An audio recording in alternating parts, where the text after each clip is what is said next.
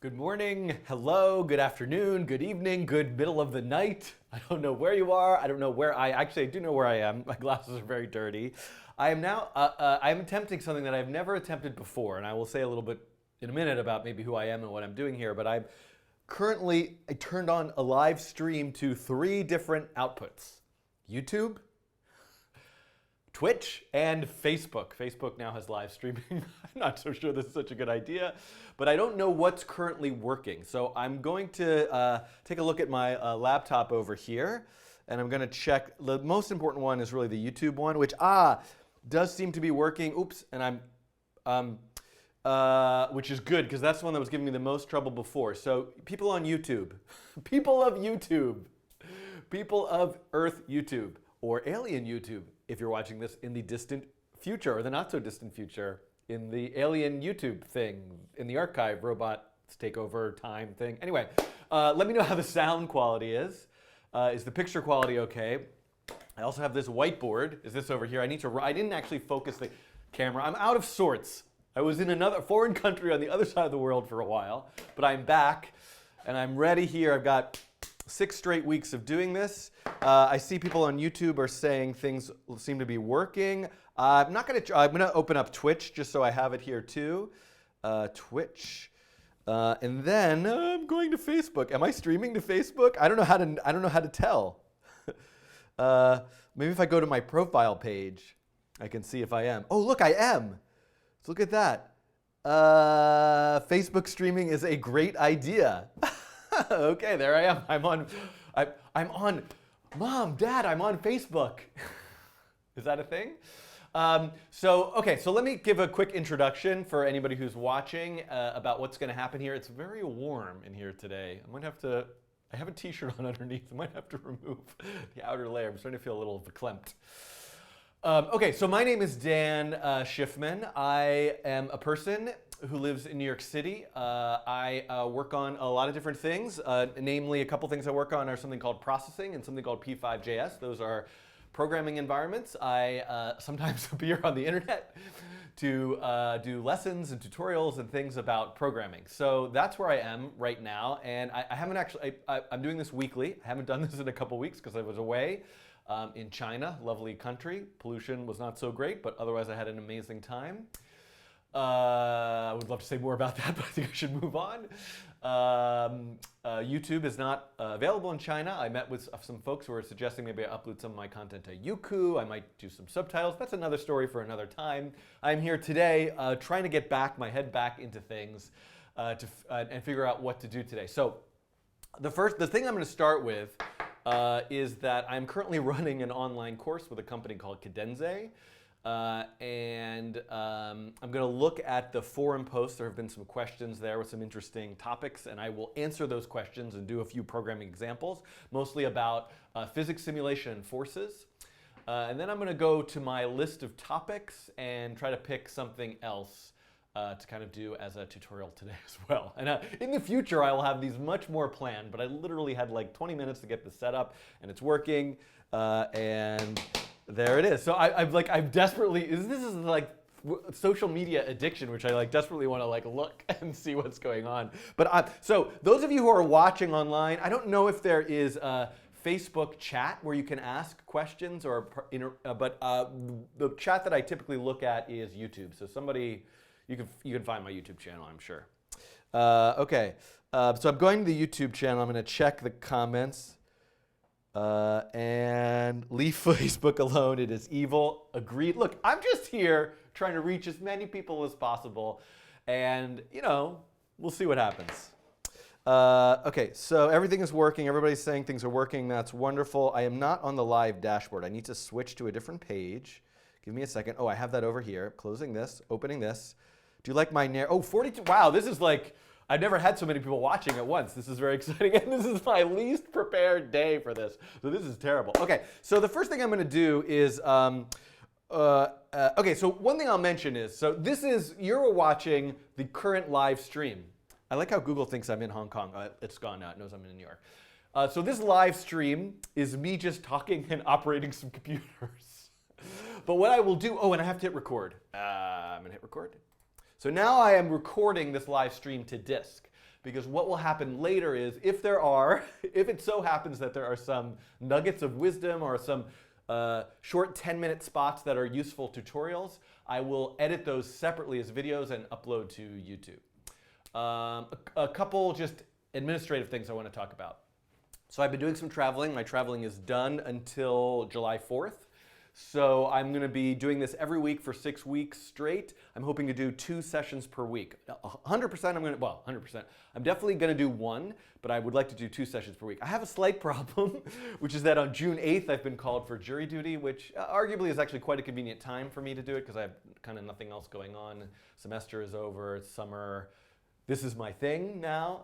June 8th, which is a Wednesday, I have jury duty, so I'll be out for a few days doing that, or longer, depending on what happens with that. The other thing I'll mention is that I am going to start a Patreon. So if you're interested in that, there'll be more information about that in some various form. Now, if you want to get email announcements, I'll just mention really briefly.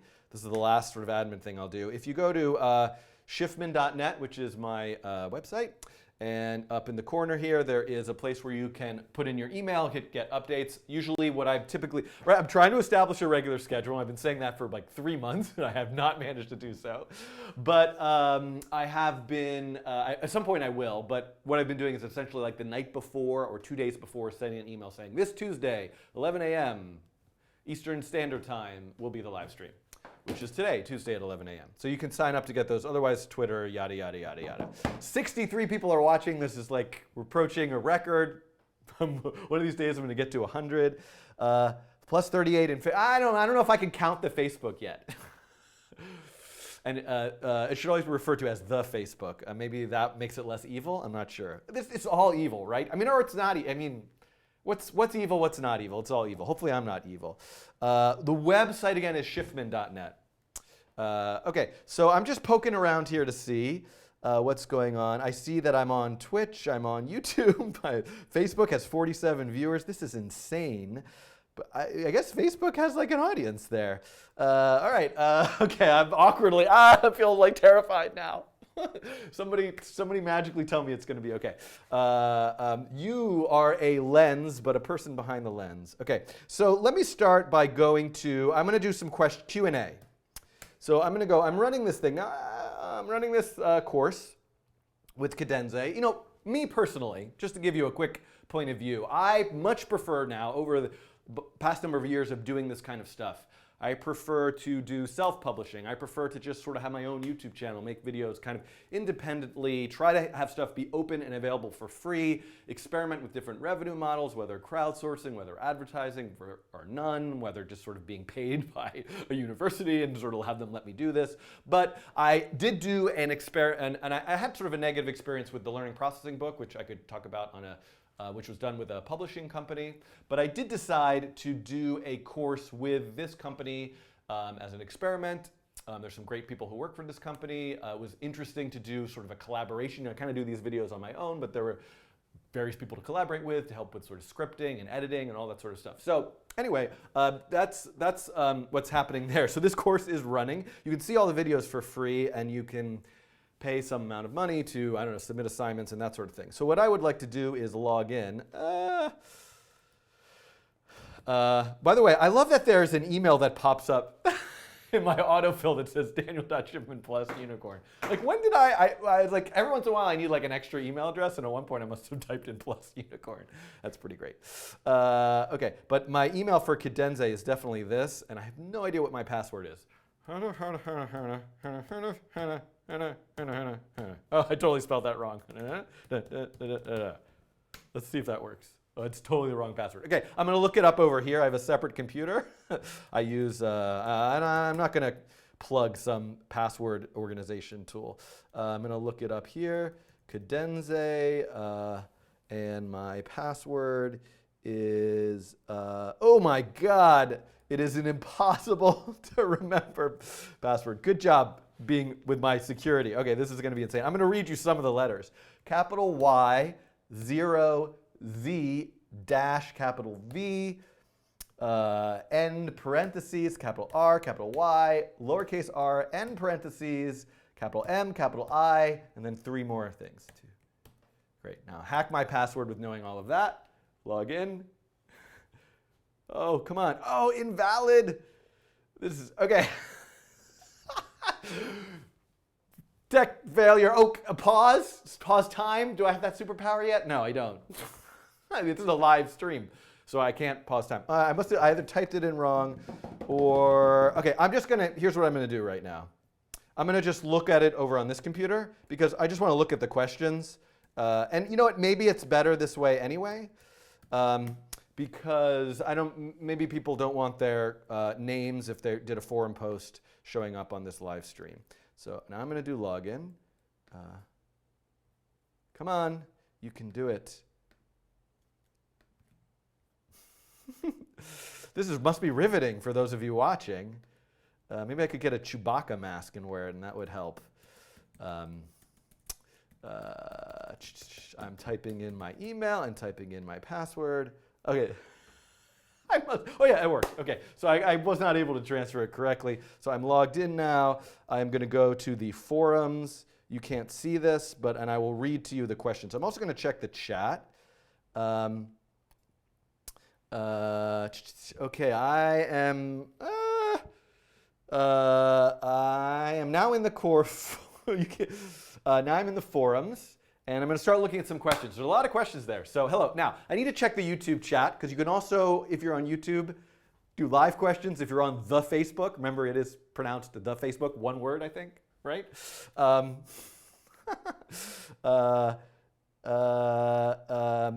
don't know how to see. I don't understand this Facebook thing. Maybe I should use Snapchat. I should like Snapchat this. Is that how you do it? I think that's how you do it. I read an article that said, Snapchat for old people, how to understand it. And it sort of made sense to me. Okay, where am I? YouTube. I'm looking for YouTube. I'm also on Twitch. Okay, yes, I'm definitely at some point going to get a 360 camera in here. Because why not? I mean, come on. Okay, I don't see any questions so far on YouTube. I do see that there are 73 people watching, which is kind of shocking to me. Well, I've done several things in the past, like completely have computers freeze and things, which tends to send people away. So I'm going to go to the forums now, and I'm going to, wow, there's a lot of questions. And I'm actually going to start with a question that comes from Alex. And the question is, I feel like I want to speak directly to you. This is very bad what I'm about to do here. This way I can look at you while I'm reading. I'm attempting to create a moderately functional side scroller using different forces and whatnot, but the acceleration of my object seems immediate and abrupt, going from zero to acceleration to an immediate constant acceleration, yada, yada, yada, et cetera, et cetera. I'm looking for advice how to simulate gravity so that jumping can be implemented, such as when a user presses a key to jump, a force is exerted, displaying that jump. Okay, I think I get this question. This is a great programming problem. I think we could spend some time working it out for those of you who might be interested. And if those of you who are not interested, you can just turn this off. I recommend probably that you turn it off.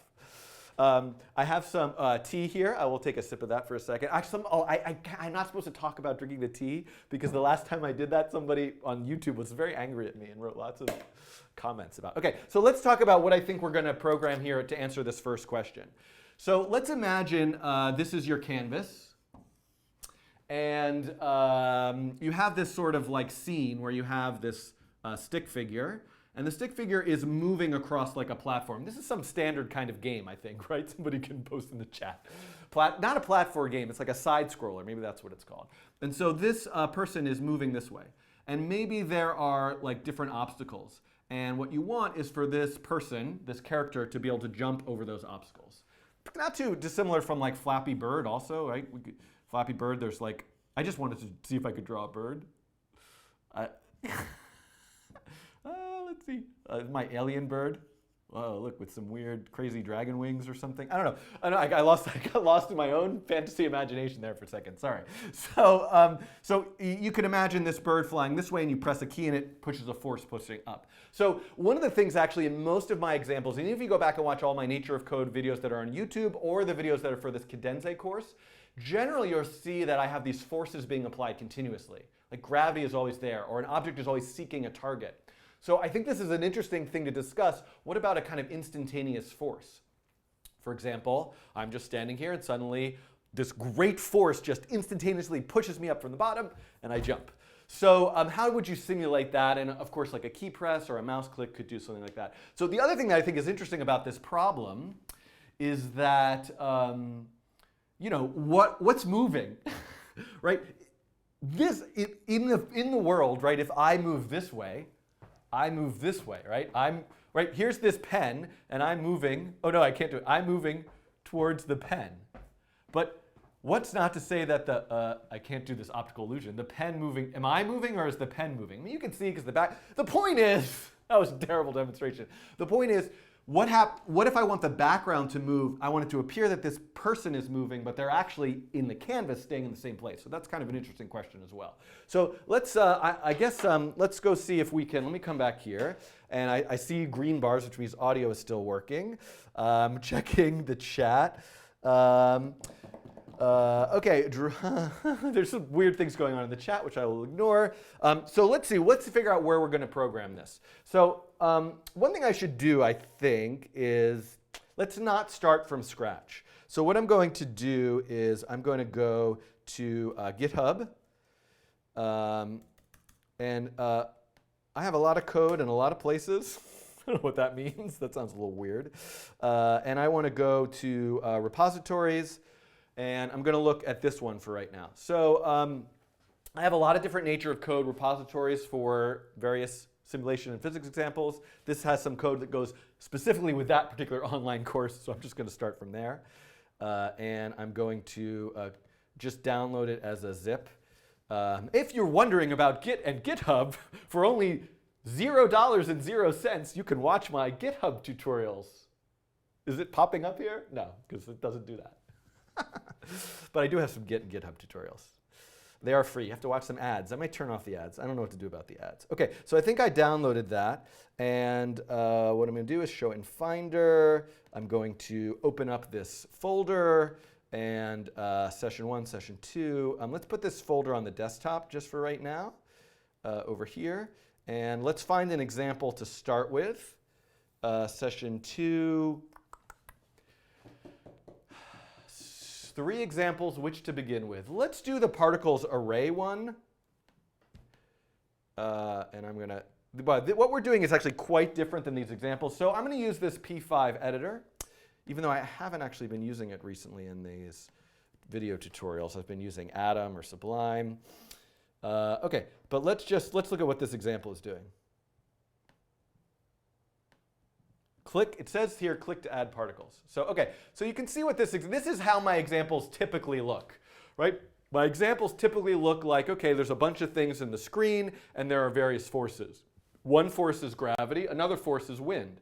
So I think when I click the mouse, you can see that there's this wind force suddenly being applied.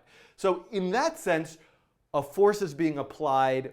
One force is being applied continuously, the gravity force. Another force is being applied only when the mouse is held down.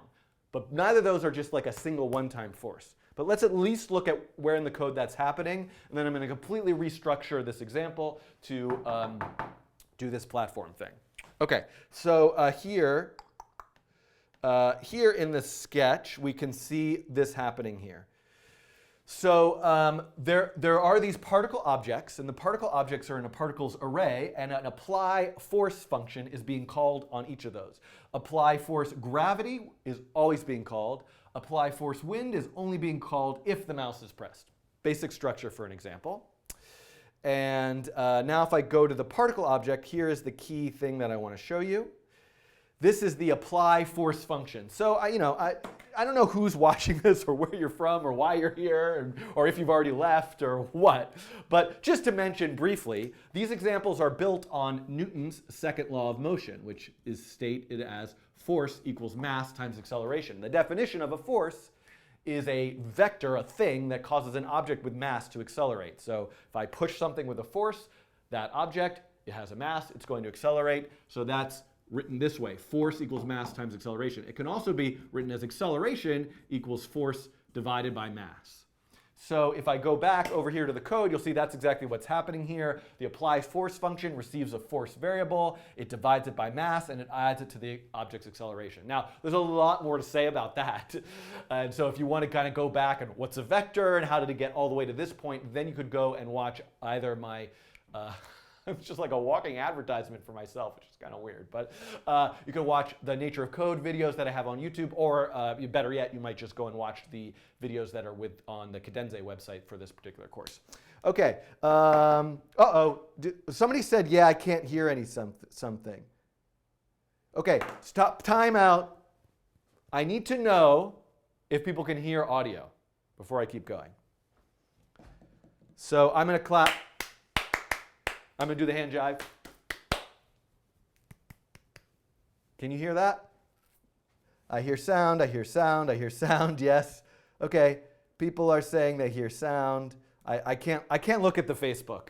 I'm afraid of it. So the Facebook is happening. If you're watching on Facebook and you want to interact with me, you're going to have to go to the YouTube chat. I can only look at one chat. Okay, great, everything's working fine.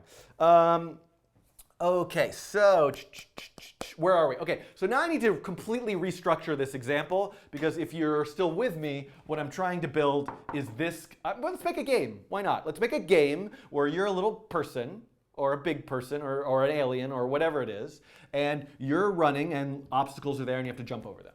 I think we could do that. I got time. I don't have anywhere to go. I mean, I have to eat lunch at some point. I mean, I don't have to. I could skip lunch. Salad would be nice. Okay, so here we go. So I don't know if it was so great to start with this particular example because it's got a lot of extra stuff in it, but I'm gonna do save as, and I'm gonna just put this on the desktop right now, and I'm gonna call this the running game. Is that a thing, running game? I don't know what that is. I hope that's not something like weird that I just called it. Okay, so what I wanna do here is now have a person. And I'm going to say, I'm going to just say the person. Forget about this mouse press thing. Oh, how's this font size? I feel like this font size needs to be a little bit bigger. That looks good. I think you can read that. Let me know if the font size is okay. Wow, this is definitely a record that there are 80 people watching this on YouTube right now, which is kind of a little terrifying. Okay, the person is a new particle. And, I have this, I have so many things that I want to do in these videos. Let's see how much time we have today. It's 11:30. I got at least till 1 o'clock, 1 p.m. Then I will be attending, there is an exhibition at ITP of experimental storytelling things. Anybody wants to stop by and say hi. Okay, ooh, it's a little hot in here. Okay, so now what I want to do is I'm just going to say, I'm going to simplify some things. This particle object is going to be my person. And I am going to take out this idea of mass, because that will make things a little bit simpler. And I am going to, and I will review all the pieces of this code once, I'm going to say, once things are kind of going. I'm going to say person.update, is it show or display? Let's see, what's the name of that function? Display, person.display. And let's just see, and particle, and let's just rename this a person. And I'm going to say new, I'm going to say then new person. Okay, and let's see. So what do I have now? If I run this, good, I don't see any errors. Let's go, no. And then I'm going to go here, and I'm going to just get rid of this click to add particles from the HTML file. And run this. Okay, that's strange. Didn't I delete that? Did I not save it? There we go. Okay. There we go. Okay, so now I've got my empty canvas now. Okay, so what I want this person. Let's just make the person a rectangle. You will do this someday on your own and make this more interesting. And actually, I'm going to just simplify things and get rid of these arguments and say the person is going to be at pixel 50, and the location will be at y is height. So I'm going to draw this person. Everything is always so tricky. I'm going to draw this person. I want to draw this person just as a rectangle kind of sitting on the bottom of the screen. So let's see. So the location is, am I back here yet? No. the location is the bottom of the screen. So now I want to, in the display function, I want to make this a rectangle. So a rectangle at this dot x, and y is the height, but let's say the person is 50 pixels tall, so this dot y minus 50, like 20 pixels wide and 50 pixels high. And those should be variables, but let's just see if at the very least we have, I don't see the person yet. So what's missing? Let's get rid of update for a second. I still don't see the person. Let's see, oh, this dot pos is the name of the variable. It's a vector object, not individual x's and y's, of course. There we go. So now we're getting somewhere. Yay! We have a little square there at the bottom, and I want that person to move. So let's put update back in. Okay, so I'm at a point now where I can take a moment to breathe. And kind of, I just had to restructure that example. It probably would have honestly been easier for me to just program this from scratch, but that's the example we had. So the person is an object with an update and a display function. Let's look at what it means to be this person. The person has a position, which is where that person is on the screen, a velocity, meaning its current change in position, and an acceleration, which is the thing that's going to be how does its velocity change, which is changed by a force. So just to get a sort of experiment going here, what if I were to say the person's velocity, instead of being 0, 0, is 1, 0. So now if I were to run this again, we can see there's the person moving. So we can see that velocity, this velocity vector, controls the person's movement. Now, interestingly enough, let's place an obstacle in the scene. I want to kind of tackle this weird viewport question problem first before I get too far into this. So let's place an obstacle on the scene, and I'm going to just say obstacle equals. I'm going to make a variable called obstacle, and I'm going to say obstacle equals create vector. And you know what? I'm just going to have the there's so many different ways I could do this.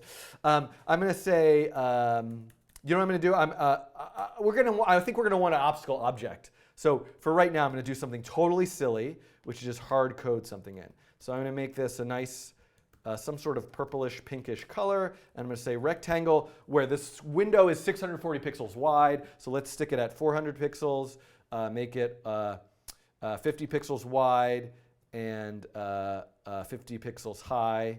So I'm doing the same sort of thing here,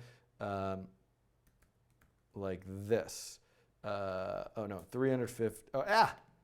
So this would be height minus 50. Okay, so I'm just trying to draw another rectangle that sits at the bottom. And so what I want is the idea here for this example is, as this thing is moving, I want to press the space bar and have it jump over that obstacle. This is what we're going for. You guys still with me? Oh, 94 people. My head is exploding. Oh my God. This is totally insane. This is not very good. What am I going to do? Okay, it'll get better, maybe, or not. Okay, so here's the thing. Right now we see the person moving towards the obstacle. What if I don't, and because the person has a forward velocity, so I want to keep my physics kind of true to form with that forward velocity, but what if I want to see the person in place and the obstacle moving instead?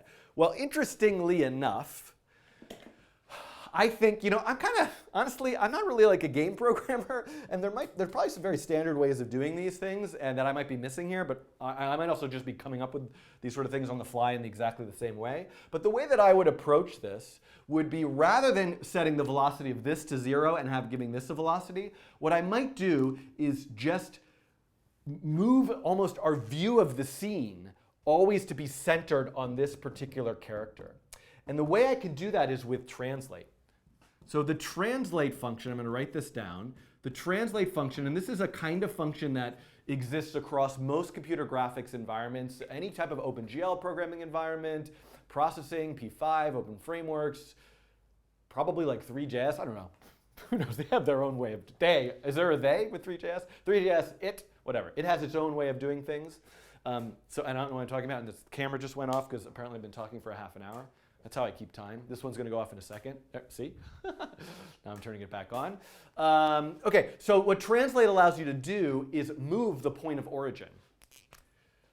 So the point of origin by default in a canvas in the browser is the top left corner. That is 0, 0. So this character is drawn relative to 0, 0.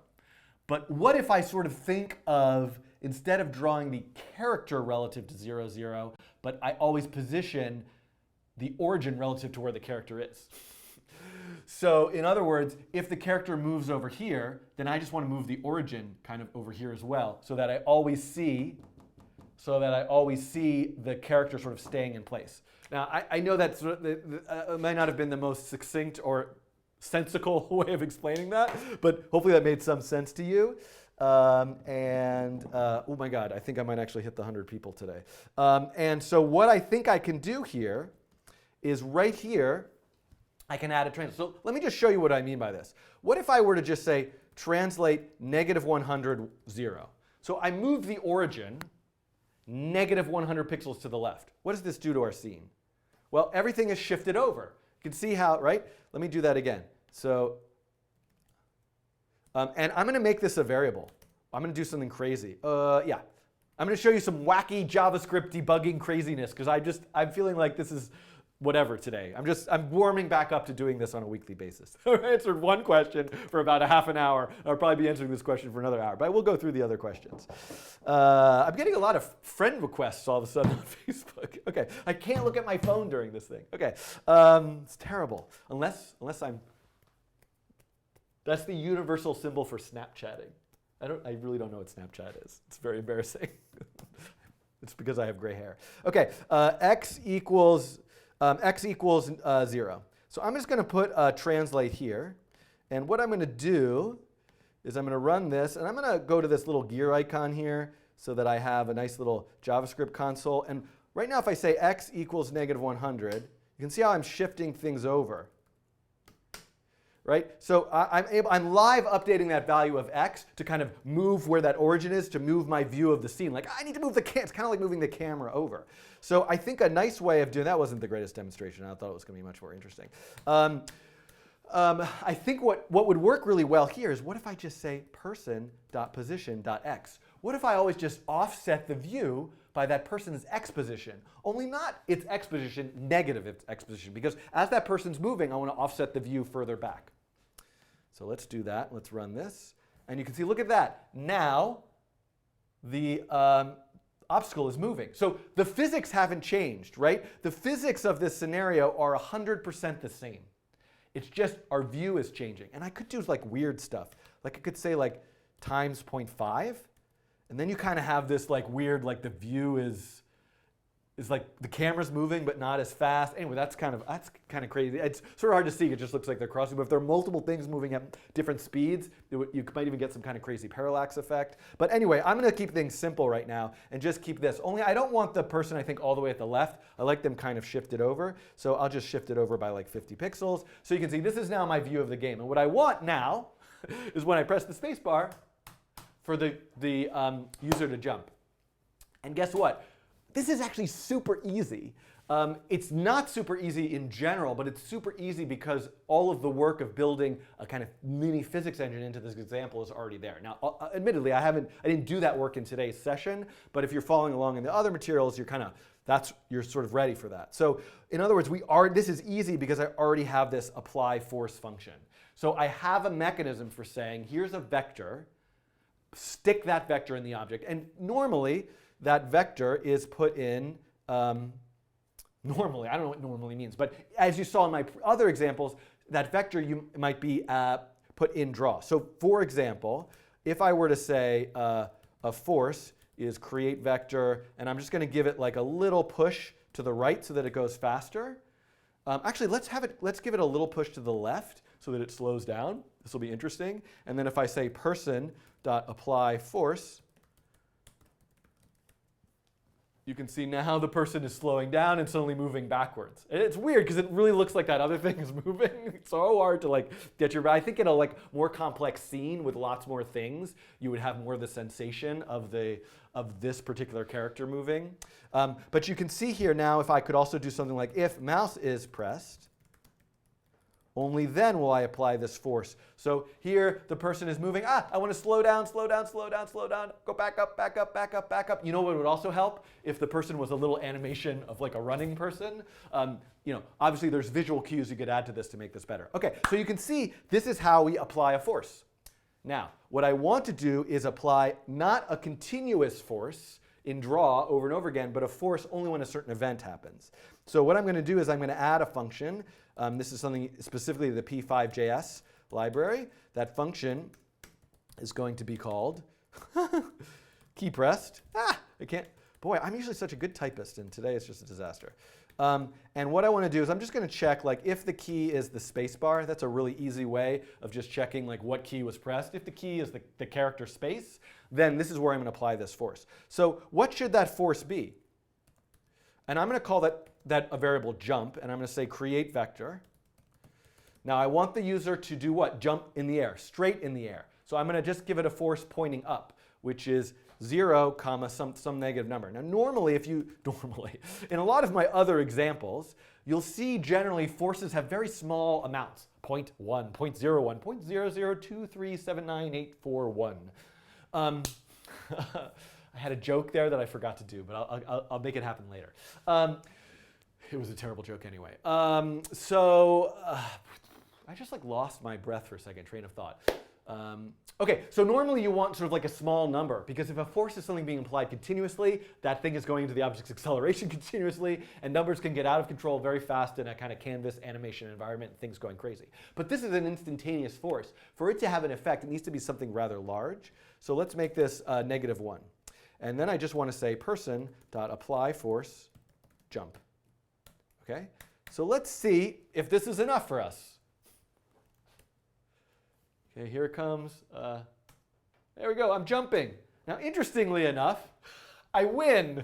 I fly to the heavens. That was an easy game. No obstacle will ever hit me again. So why did that not appear to do anything like you might imagine it should? Well, remember, if you apply a force to something moving up, it's going to move up. And if there's no force to push it back down, it's not going to move down. That's like Newton's first law of motion. So we need to have gravity in this world. And so that is a force that should be applied continuously in the opposite direction. So I'm going to create a vector, and I'm going to make this sort of a small vector. And I'm going to say person.apply force gravity. So now I want to continuously apply gravity. Oh, I hit 100 people. That's very exciting. 103 people are watching on YouTube. I should check the chat. Is it still working? OK, now. So look at that. What happened now? Oh, no. Right? We've got a problem. Gravity was applying, and apparently this is a quicksand simulation. Right? So I don't have a sense of the ground here. Now, this is where we get into a lot of trouble with our wanting to be true to the physics of the world. You know, in truth, gravity is a force on me, so my body is applying a force to the floor, and then there's like this, like the third law of motion with the equal and opposite, and there's, tension force because the floor is attached to some beam. I'm lost already. But I think this is a scenario where, hello, it's just a rectangle on the screen. So I think we could probably just say, you know what, don't go below the bottom. So in that sense, one of the things we could do, and this particle, this person object, actually from the previous example has this edges function. And so let's use that function. And let's forget about this aspect of it. Let's just say, OK, what do we do if this object is going below, falling below the window itself? So this old code here, like this old house. Anybody ever watch This Old House on PBS? Is this kind of like This Old Code? Instead of coding rainbow, maybe I should just call it This Old Code. Anyway, see if anybody gets that reference. I don't even know if I do. It's just sort of like this weird childhood memory that like popped into my head. So this old code, I did have a point here. was a bouncing code. So something is falling, its velocity reverses direction and turns around. So it's for bouncing, but I don't really want bouncing here right now. I mean, I might want bouncing. What I want is jump and stick the landing, kind of gymnastics, stick the landing. So, so what I'm going to do actually is I'm just going to multiply its velocity times 0. Meaning, if it hits the bottom, its velocity, multiplying its y component of its velocity makes its y velocity 0, meaning it's instantly stuck to the bottom. That's like the least accurate physics simulation thing I could ever possibly do, but I think it will work in this case. And then I also just want to let's keep the position at the height. So let's not get into like a weird thing where it's like a little bit below. If it goes below at any point, stop it from moving, set it back to the bottom. So now, if we run this, oh, okay, person is not defined. So I must have a syntax error somewhere. So this is a good thing to happen because this will happen to you. Let's look. What did I add? I think I lost a curly bracket. That's all I did. So look, this closes this curly bracket. This closes that curly bracket, and then I needed a curly bracket for this whole person constructor function. Okay, so let's run this now. Up.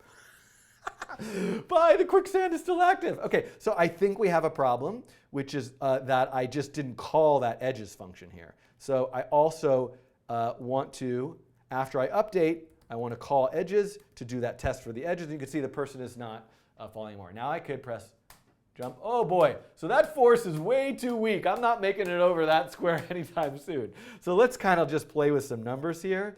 Let's give it make it 10 times as strong. There we go. Oh, whoa, that was a really high jump. Oh, hey, quick. Okay, so that worked. So, maybe let's try half, split the difference. Pretty good. I might have to actually time this correctly. That was perfect. Okay, that was very exciting. Woo. Okay, so that's kind of the basic idea. I kind of want to go further with this because I should add an array of obstacles and I should do a collision detection test. But I think maybe I'm going to kind of pause here for right now. Maybe I would come back to this example a little bit later because I think there were some other questions that I wanted to look at. I also feel like maybe I just need a moment to breathe. And kind of catch my train of thought. So this is the basic idea. There wasn't really a lot. This is a kind of very, I would love it if some of you watching this, perhaps when I post this code later, take this code and kind of put your own spin on it, add an animation, add a character, add a sound, add multiple obstacles, maybe think about the view. The view is a little bit weird right now. But anyway, so okay, so I'm going to just check this chat here to see if there's any questions.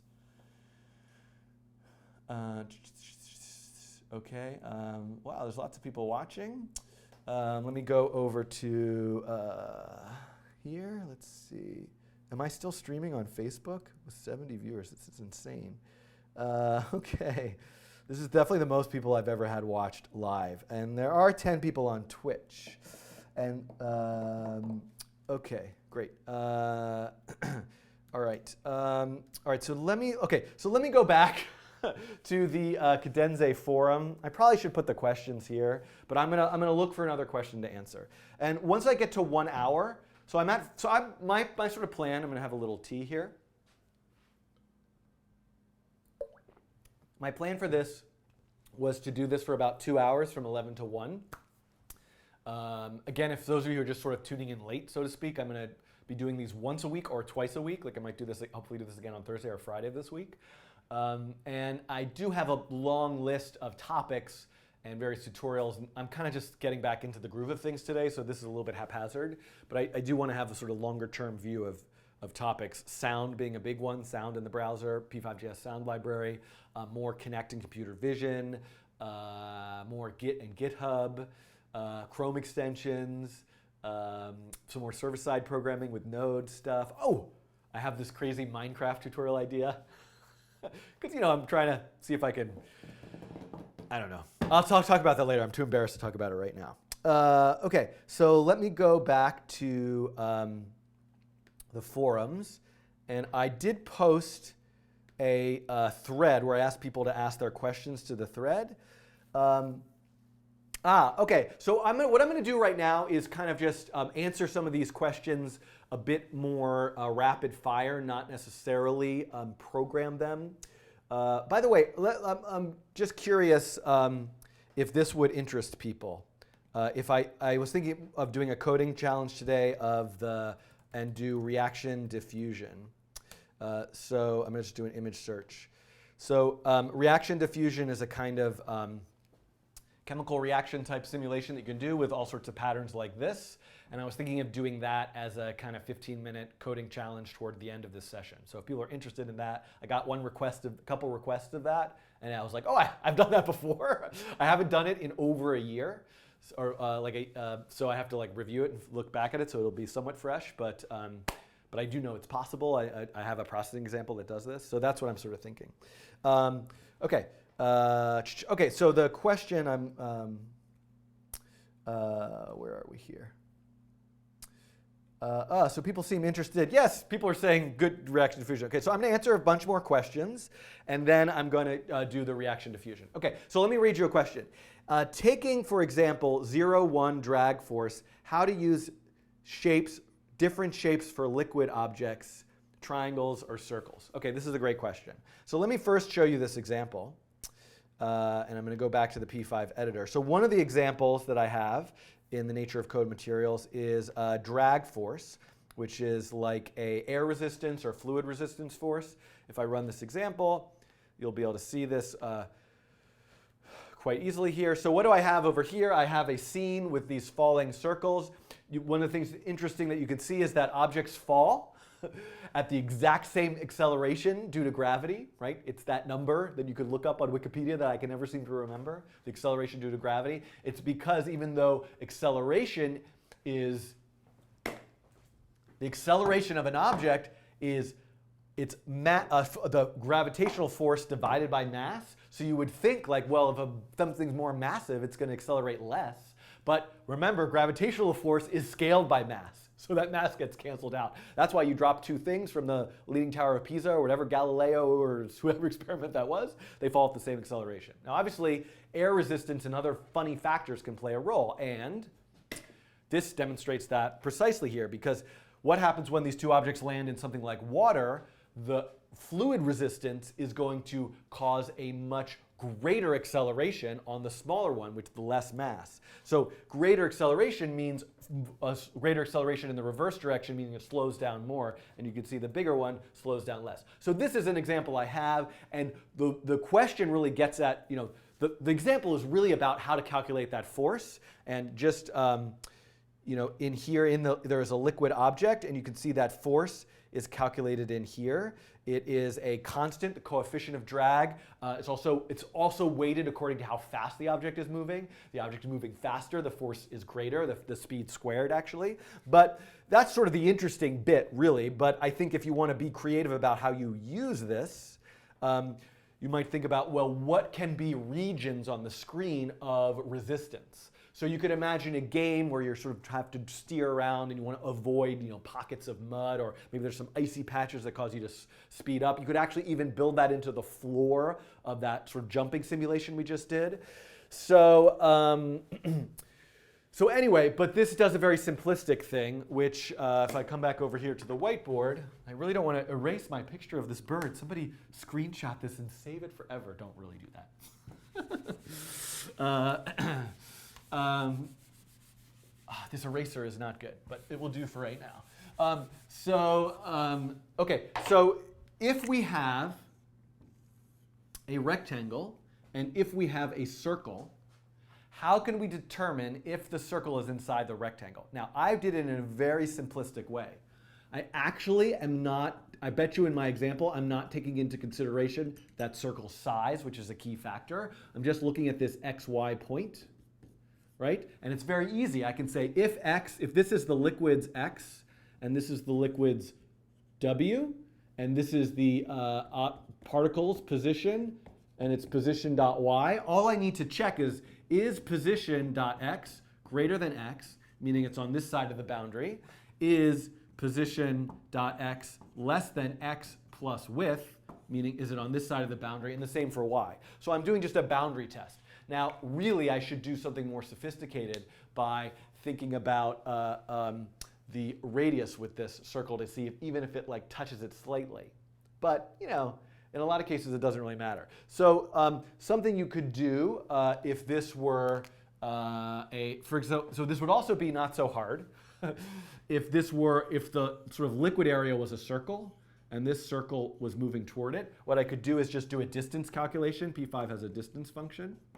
So a distance calculation between those two elements. And if the distance is greater than the sum of the two radii, then they're overlapping. Then they're not overlapping. If the distance is less, then they are overlapping. So you'll actually see this. I've done this, I feel like, in the last month, like in countless examples that I have in a sort of basic intersection test. Somebody hopefully can maybe find a link to one of my videos that actually implements this. But it's really just comes down to a geometry problem. Working with squares and circles is pretty easy. Any type of arbitrary geometry gets much more difficult. However, there is sometimes a trick you can use. So one thing I'll mention, so we could sit here and be here all day to be like, now let's look at a trapezoid with a triangle. And I don't think it's a good use of the time to go through every one of those scenarios. But I would love to do a bunch more. But anyway, I do want to just mention, I think, what can sometimes be a useful trick. I'm going to see if this paper towel, which even though it's not very good for the environment, I'm going to reuse this single paper towel as many amount of times as possible. But it works a little better to erase. Here's something that I might suggest you do. So let's say you have the scenario where you have a map of a continent, and I'm going to try to draw like sort of Africa. So let's say this is. Can you see that? Wow, it's so light.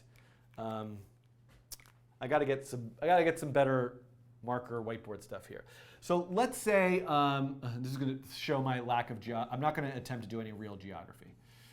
So let's say you have a bunch of, I was just trying to not be US-centric, so picking a different continent than North America. So let's say you have some map and you're about to have a particle move through this map. And maybe you're doing some kind of crazy data visualization where some type of data, population data or environmental science data is related to the kind of drag force that these regions have. So you could start to think, oh my God, I need to know all of these vertices. Vertices, so many vertices. Then I got to do this elaborate computational geometry math and blah, blah, blah to figure out is this circle in this one or this one. Here's another thing you could do. What if you secretly, or not so secretly, had behind the scenes an image, like a PNG file or a JPEG, and that JPEG had exactly that same map with exactly the same dimensions as the one that you're viewing on the screen. Now, you could actually be exactly the same one. And what if all of the countries, all of the regions on that map had a unique color? So this is something you would make in like Photoshop, or you would find, or you might just make this manually make this. You could obviously make it algorithmically as well. So each one of these had a absolutely, completely unique color. So what you could do is say, I'm a circle moving around the screen and I have an XY, and wherever I might be, I'm going to take my XY and look up that point in this off-screen secret image, and I'm going to look up the pixel color. And if that pixel color is that perfect, beautiful pink that I've always loved, then I know I'm over that country. So I think using pixel colors is a nice way. If this only works if this thing is static.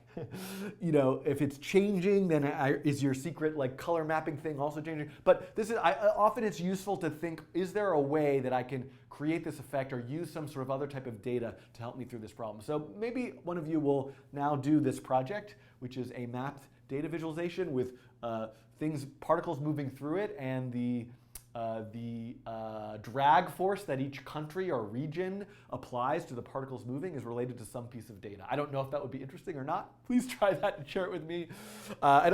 Sometimes I have an idea. It's usually my ideas are terrible, but I never implement my ideas, so at least I can say them on the internet, on the Facebook, and somebody might make them. Okay, I should really look at the YouTube chat. I've been highly neglecting the chat.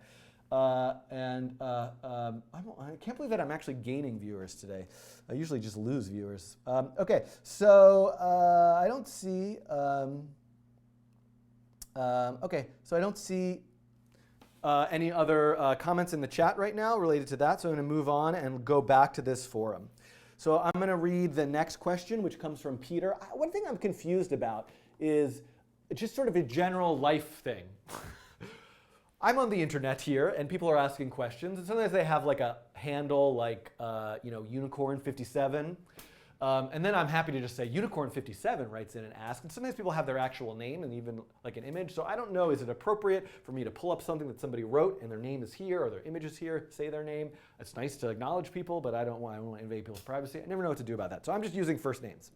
Peter writes, P5JS editor on a MacBook question. I'm wondering why when I open up I should like read these in voices or something. I can't do voices. Like a British accent or a French accent? Would that be like obnoxious? Probably be obnoxious. Okay. P5JS editor on MacBook question. I'm wondering why when I open up a project again, it only shows one tab.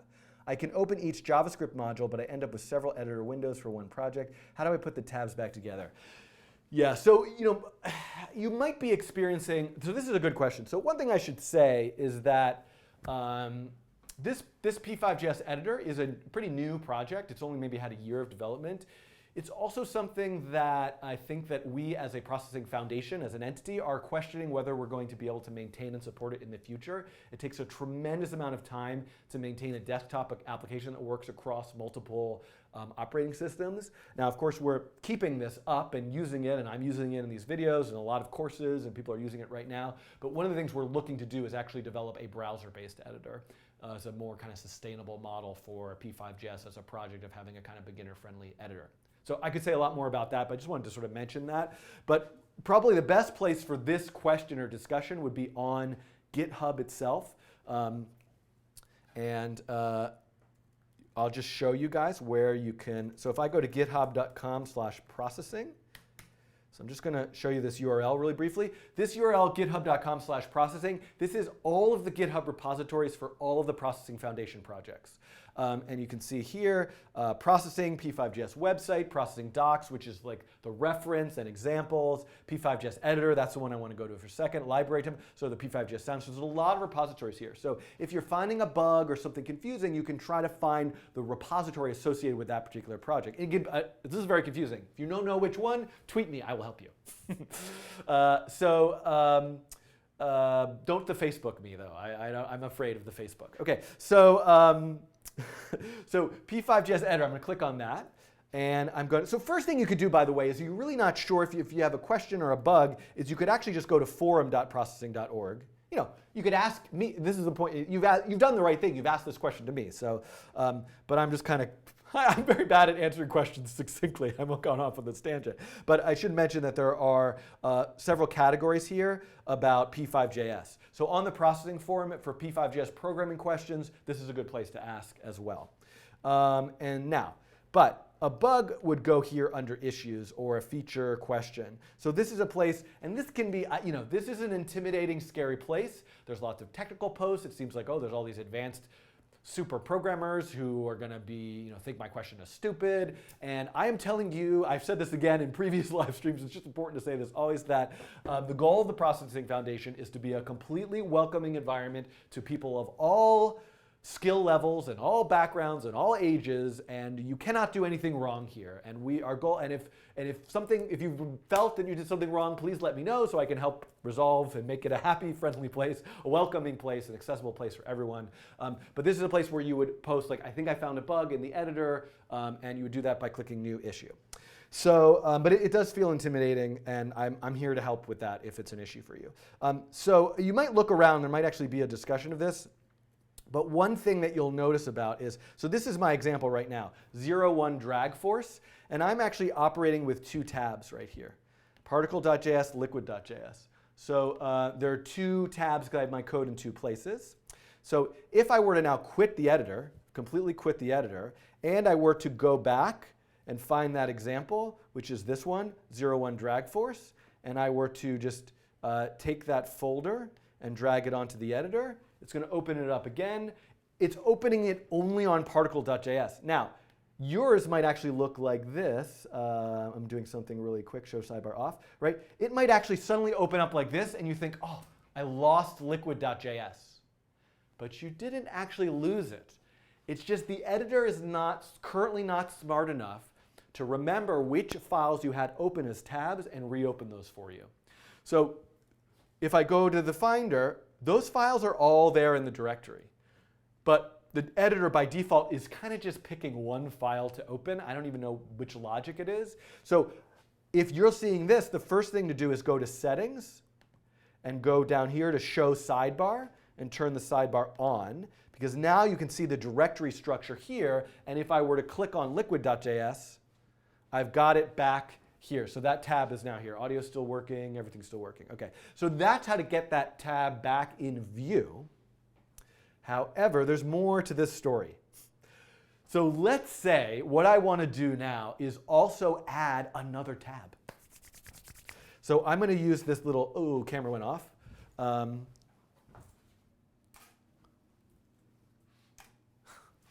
I back? I'm back. I'm going to use this little plus sign here. I'm going to click that. And I'm going to say a particle and a liquid. And now we're going to have a rainbow. So I'm going to add a tab called rainbow.js. And I'm going to just in this tab write a function called rainbow. And I'm going to say console.log rainbow. OK? So I just added some code that I want to make use of in my project. So what I want to do is go back to sketch.js, which wasn't open either. And I want to, in setup, I want to call that rainbow function. OK? So I'm going to call the rainbow, the new function I wrote in a new tab in setup. And I'm now going to run it. And all I'm going to get is this very sad error. Rainbow is not defined. And I say to you, world, there is such a thing as a rainbow out there. Rainbows are defined. I love rainbows. I'm a bit weird. I know. But rainbow is defined. I defined it right here in this tab, rainbow.js. Look, there's its definition. So what's the problem here? And I have gone over this before, but I think it's worth mentioning because a lot of people have been asking this in forum posts. If you are creating new JavaScript files, what's the thing that's actually loading in the browser? Your JavaScript files aren't loading in the browser. An HTML page is loading in the browser. What page is loading in the browser? This page, index.html.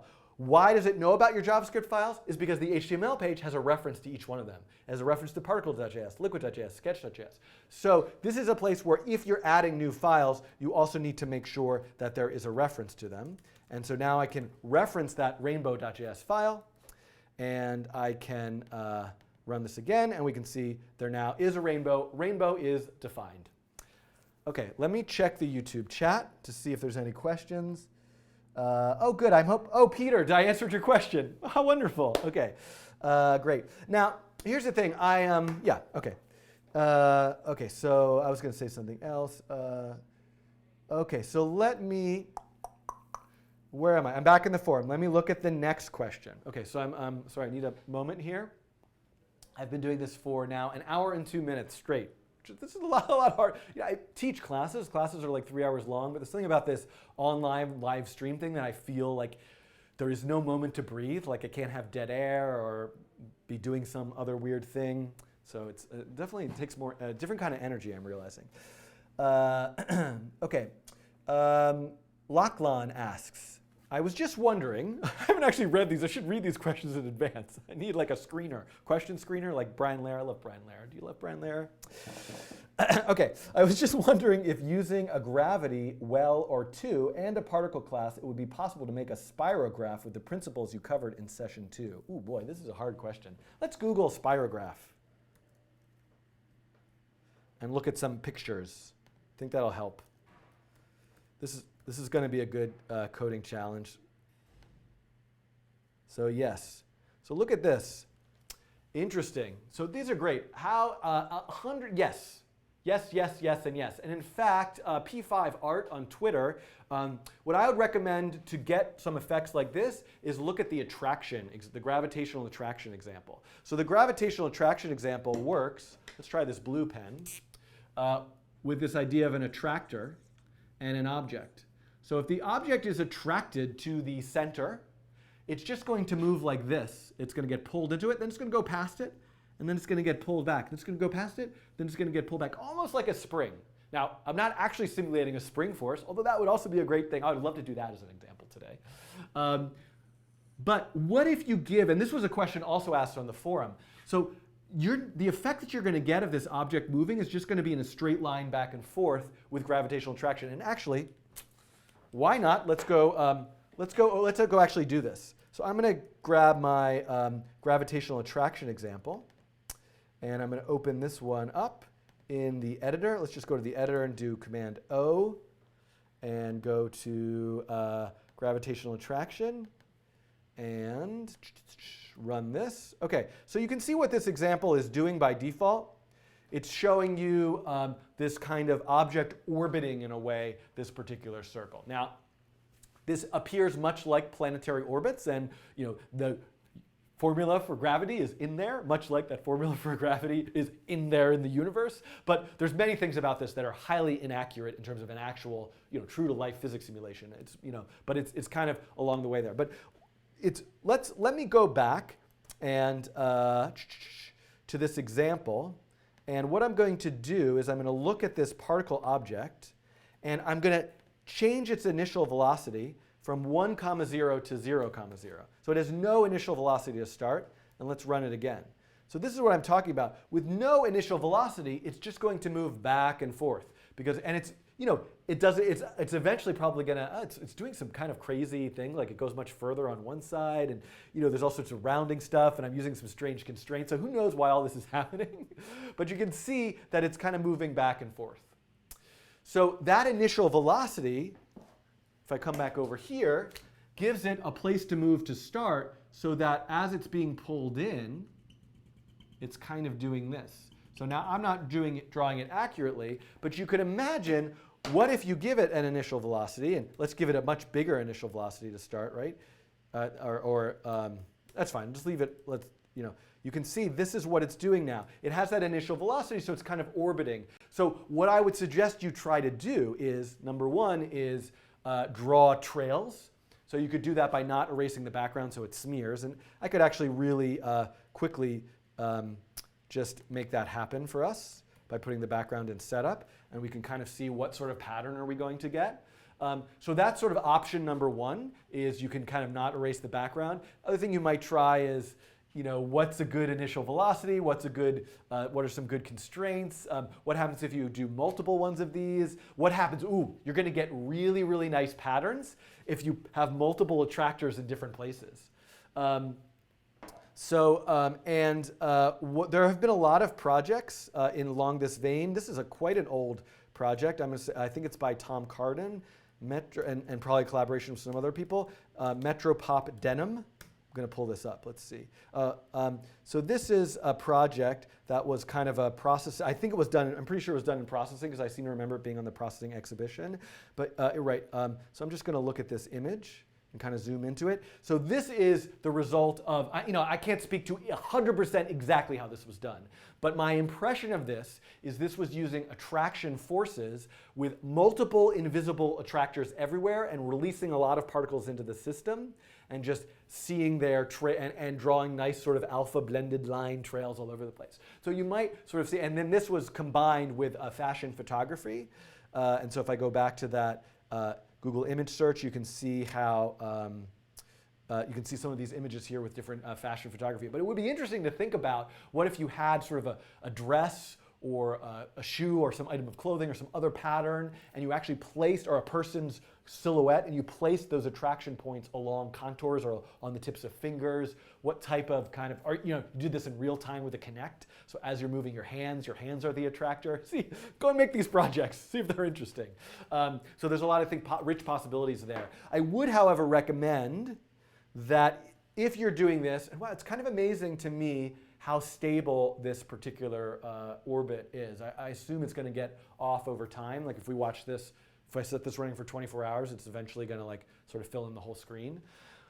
But one thing I would recommend is looking into not using this not erase the background technique. So, and I actually have another example. There's a tutorial, it's on YouTube if you Google, Schiffman object trails. What if you actually have the particle store an array of all of its historical positions?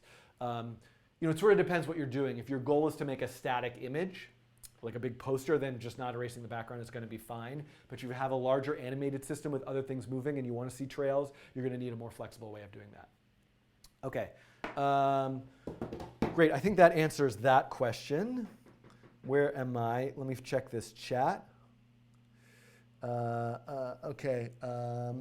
Yes. So by the way, so some people in the chat are rightfully mentioning that you could absolutely just do this with oscillating simple harmonic motion and oscillating behavior. So using sine and cosine functions.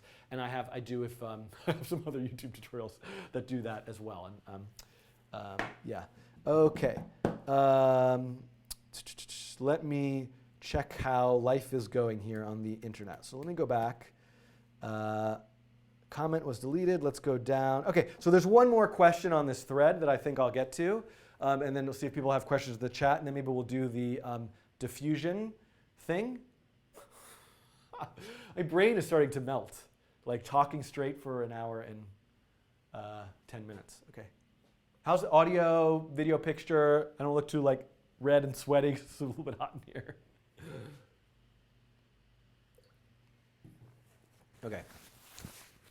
Let's see. Now, where's the world? Where in the world is Carmen Sandiego, my brain? Okay, one more question. Okay, so this comes from Luca. By the way, I think I'm getting a bald spot. Can you guys see it? Maybe you can't see it. Why sometimes the speed of our programmed objects seems to suddenly go crazy. Objects go out of control, and we have to use function like limit.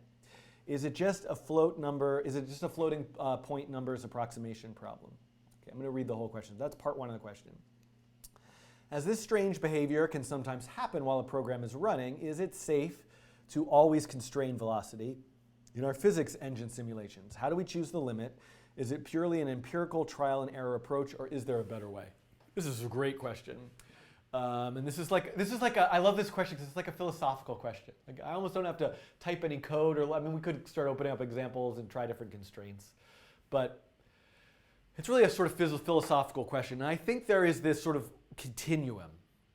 You know, my name is Jane, and I am working at NASA, and we are trying to figure out how to get this rocket to properly go around this asteroid and do some important scientific thing. My name is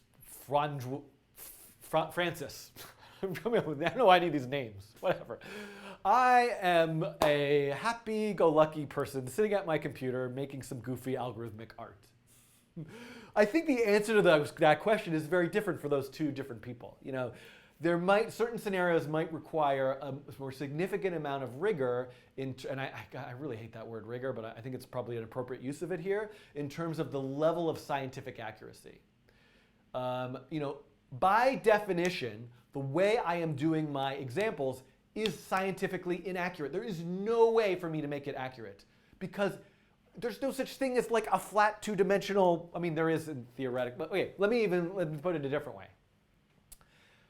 The draw loop is frame-by-frame animation. So I'm showing you a picture, then I'm taking a break for 1/60th of a second and showing you another picture. Then I'm taking you a break for 1/60th of a second and showing you another picture, much like a flip book. Here, I'm going to juggle. Here is a demonstration of juggling. These are kind of hard to juggle, but it's working. I just showed you like an animation. You're watching it as a video, but in real life, that's happening continuously. I didn't toss this thing and take a break and wait, and then it moves a little more. So that fact of this, it's called Euler integration, this model of physics, of this step-by-step, this time increment being 1/60th of a second, is by definition makes everything wildly not like the real world. But are you really complaining when you're watching this? Not so much, because it's kind of doing the things you want to do. Now, the fact that we're starting from this place of inaccuracy means there's all these moments where things aren't going to behave like we might expect or don't have the feeling of the real world. So we do things like say velocity.limit or constrain this or like add this fudge factor here. And personally, from my standpoint, these are all excellent things to do. In the scenario of I'm making an experiment, an interactive exhibition, I'm just trying out an idea, I'm learning about programming. A lot of times I'll hear people say to me, okay, well, I did this and it looks great, but I cheated. And if it looks great, you didn't cheat. You did it. It's all cheating, right? None of this is real. There is no wizard behind the curtain, or there is just a wizard behind the curtain, and the wizard is you, right? It's all cheating. So I think in that case, it's good practice to learn about these sort of limitations. Now, sometimes the limitations will cause you other problems. Like in my jumping program, I just have it stop immediately. But what if I want, it to actually, suddenly there's like water. And so when there's water, it goes through. Now I need to add some other code. So sometimes the limitation will cause you another problem down the road. And so it's just this kind of balancing act, and it's a lot of back and forth. So my general answer is there is no answer. It's case-by-case basis. Give it a try. Sometimes you need that. Now, again, though, in certain scenarios, you need a higher level of accuracy. And in that case, it might be, you could make the argument that JavaScript in the browser isn't the place for some of these more kind of rigorous scientific simulations, and you might really need to apply the sort of more time calculus formulas to not have this kind of like step-by-step. Anyway, so you go down that road, but I don't ever go. I don't go down that road. Sometimes maybe I do. Maybe it's beautiful down that road, and I should take a peek down that road. And I think there are lovely people down that road, and sometimes you might need to go down that road. But the context of what I'm doing here in the sort of coding rainbow world is to kind of generally find the sort of quick and dirty solutions for these kind of problems that create the feeling of the real world simulation.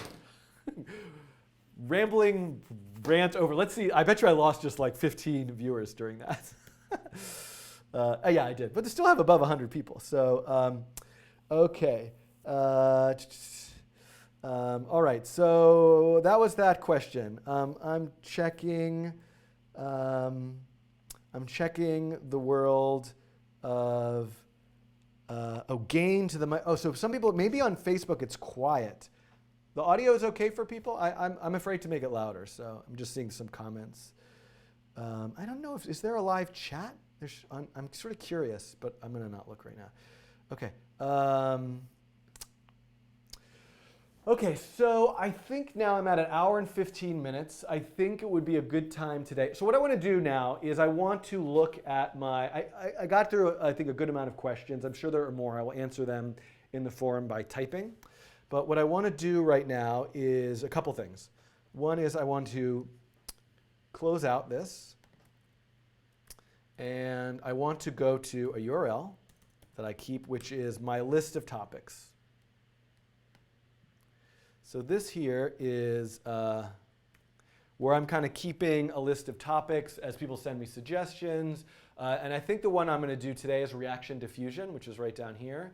I have smaller topics. I think I did, I want to do a lot of these Google Maps, AP5 voice synthesis, different editors. I sort of did that. Twitter bots, there's some more stuff. Chrome extensions, Raspberry Pi, neural networks, more text stuff and Node, more computer vision, other topics. Oops, this GitHub for Poets thing. Oh, GitHub pages I've got to do. Okay, so this is my list of topics. I'm just sort of scanning this through because I would love to hear feedback from you guys and suggestions always. But I think what I'm going to attempt to do is do the reaction diffusion algorithm. And I'm going to do it as a coding challenge, meaning I'm going to kind of get myself up and I'm going to take about 10 to 15 minutes right now to kind of find my old code for it, look at some web pages that have nice documentation of the algorithm, kind of refresh my brain about it a little bit, understand the code, talk to you about it, answer questions. And then what I'm going to do is I'm going to stop and I'm going to just like clear everything, and I'm going to then program the whole thing from scratch in what I hope will be about 10 to 15 minutes. And that will be a standalone video tutorial that will live on YouTube. That's my plan. And I'm going to keep the YouTube chat open here. And there. Okay, so these kind of classic generative algorithms tend to work really well for these coding challenges. I also really need a haircut. Hopefully today I can get it, because I feel like I like to look nice for these live streams. I don't know how possible that really is, but to some extent. By the way, everyone keeps asking me for this Agario.io. What is that? Some game? No, what is it? Agario. Agar.io. Oh yeah, the smash hit game. This is some game. Everyone keeps. I'll take a look at this later. Okay, so let me do a few things here. Let me first open up processing. And yes, do want processing. So I'm opening up processing. I am going to, I need like a short break here, just sort of like mental break here. So I'm going to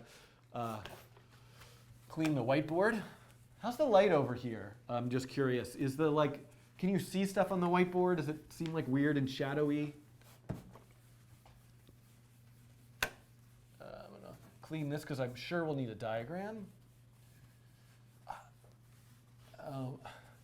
You know, some other topics that I've thought of that I really need to get to at some point are how to deal with multi-dimensional arrays in JavaScript, because it's really weird compared to how, because JavaScript arrays are these kind of like fungible, flexible things. And so how to deal with that as opposed to like in processing or Java where it's much simpler. Another topic that's come up a lot recently that I want to get to, and maybe I would do today, I have about a half an hour left, so I definitely need to, I want to do today at some point is how to deal with optional arguments to a function in JavaScript. Have I done that before? I don't think so. OK, so do I have processing open now? I do. Oh, I should get the update. What am I in, 3.1? There's a 3.1, and there's also now a 3.1.1, which actually had some key critical bug fixes in it. But I think I'm just going to save time right now, I'm not going to download the newer version. I'll do it afterwards. So I'm going to go to Hollow. So Hollow is a creative coding magazine that's coming out soon. I did some images for them, and one of them was Reaction Diffusion. So let me open this up, and let me run this. OK, so this is my existing example that I made a little over a year ago that is doing the Reaction Diffusion algorithm. And you can see that, OK, so what's going on here is that there is a window. It's a grid of pixels. Those pixels have a grayscale color, and they're colored according to an algorithm, that algorithm being this reaction diffusion algorithm. So now the way that what this is like is that you can think of, let's say this table is my processing window, and I have some sort of chemical A in here. So I'm going to pour chemical A onto the table, and maybe the table is filled with chemical B. So reaction diffusion refers to the reaction between those chemicals and how like chemical A also diffuses. So how is chemical A taking over? Is B taking over? Or is A kind of going away and dying? Or is B going away and dying? So, and you can really think of it almost as just like one. If there's a lot of chemical A, we have black. If there's no chemical A, we have white. And if there's some amount in between, we have grayscale. And you can see that this particular kind of chemical reaction simulation creates these kind of labyrinthian like images. And so this is like incredibly sort of like drop dead standard classic result. But you can modify this to have it behave in different ways. How do you, you could seed it, again, with the contours of a human body to create this sort of like portrait of somebody. You could alter the color in different ways. So my hope for you, if I can get this tutorial done, is that you can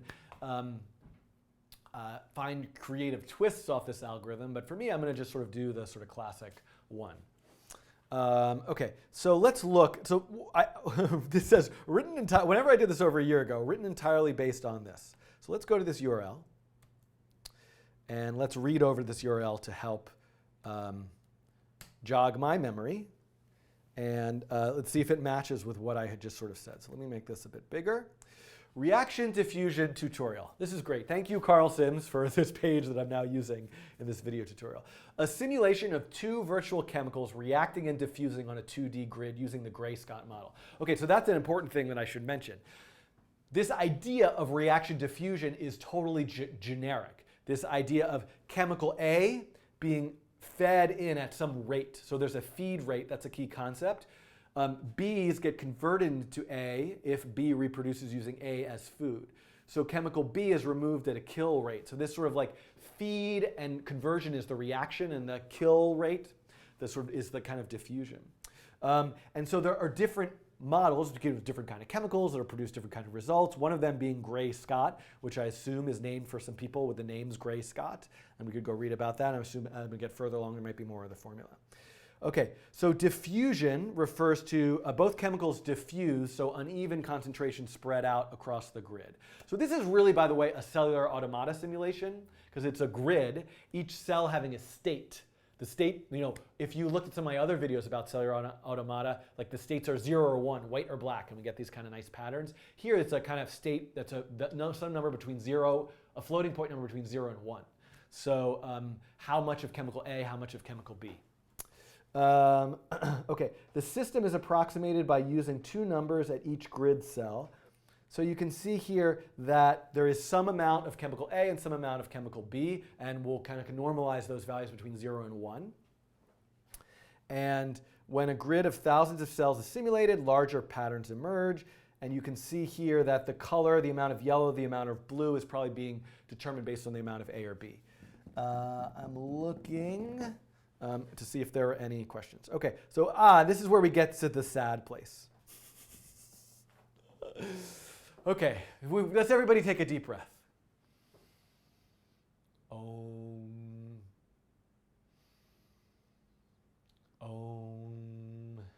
Okay, we're going to look at this thing called the Laplacian formula, and we're going to everything's going to be okay. I don't remember it. I understood this at one point. Hopefully my brain is going to come back. So the grid is repeatedly updated using the following equations to update the concentrations of A and B in each cell and model the behaviors described above.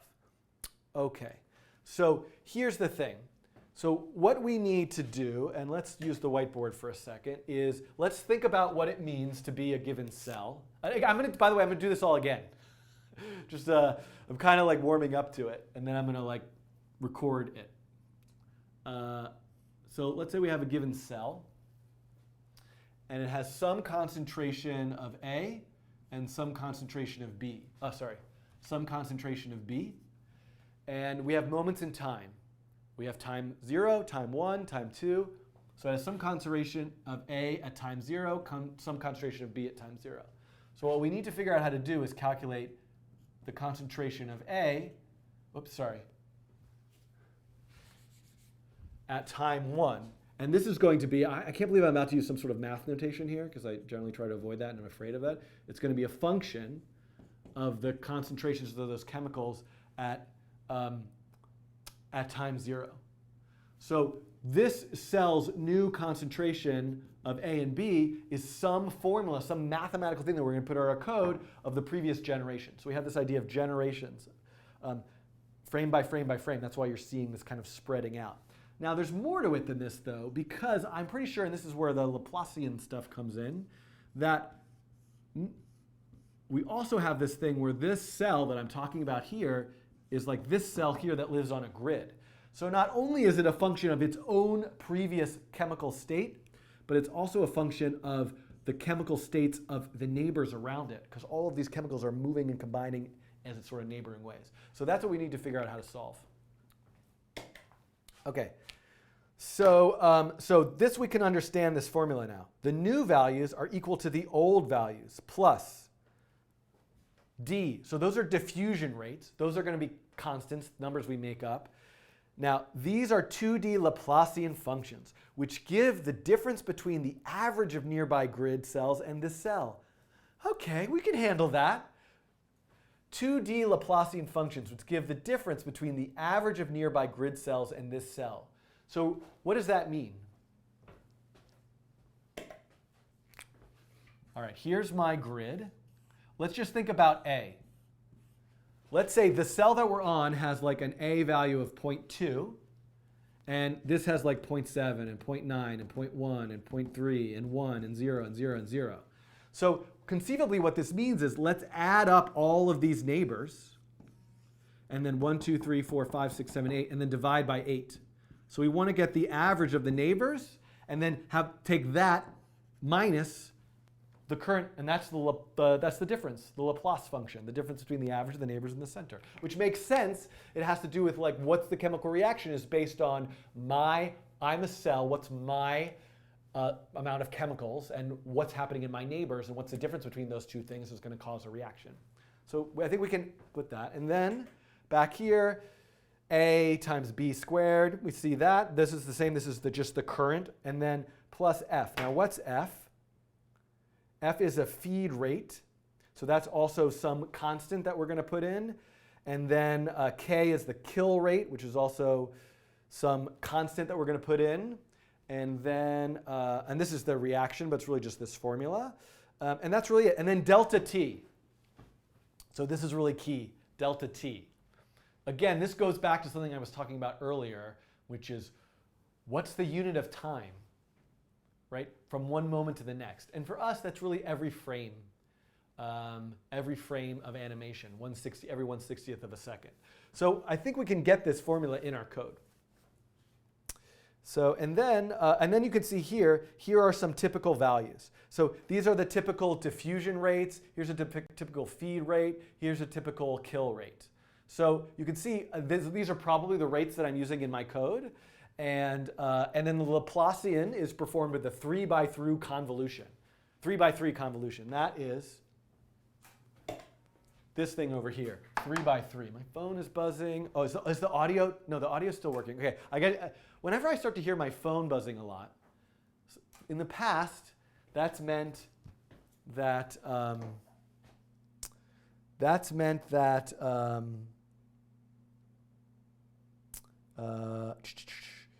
that something went wrong. But nothing seems to have gone wrong now. By the way, maybe I was in. Okay, so the convolution, center weight, and center -1, adjacent neighbors 0.2. Oh, interesting, and diagonal is 0.5. So one thing it's saying here about this, okay, oh world, oh life, you are ever so more complicated than you seem to be. We're going to be able to do this though. So let's talk about what a convolution is for a second, because this is how things work in image processing. So let's think about this for a second. A 3x3 matrix is here.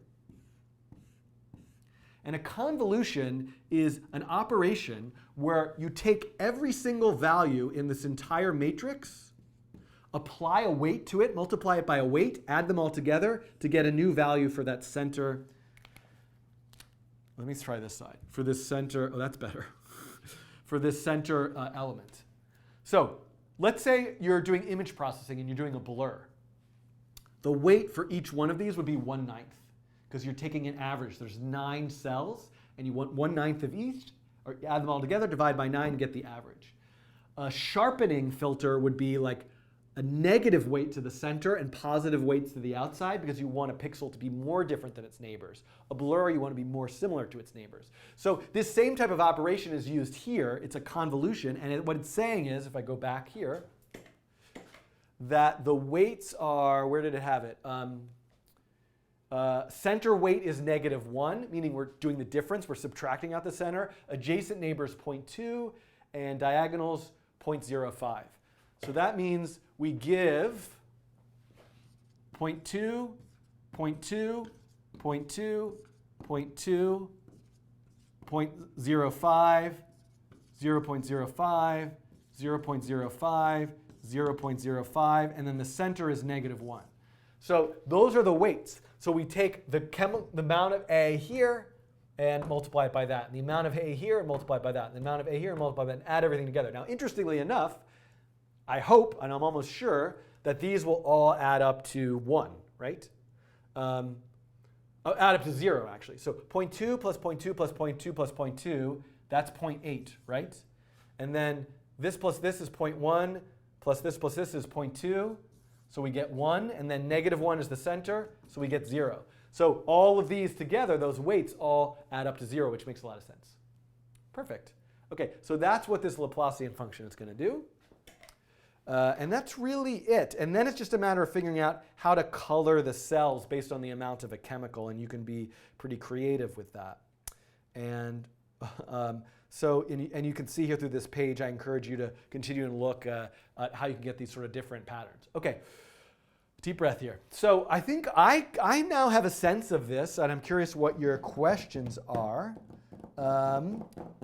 And then I'm going to kind of do this again, but kind of gloss over some of these details a bit more and just get to the programming. But let's look at the processing version, which, by the way, you can see what it ended up with now. And let's look at the code for a second just to see how I did it. Oh, dear. Dearie me. Okay, so there's so many different ways you could do this. So I have made a two-dimensional array, which is the grid, and I need two of them because I want to store the previous generation of chemical values as I'm calculating the next. So I have this snapshot of what the screen looks like now, and I'm filling in all the new values in the next one, and then I update the window with the next one, and then I kind of swap and make the old array the next one, that sort of thing. So I have two, and then each one of these things gets to be a cell object. So the cell object is actually just an amount of chemical A and chemical B.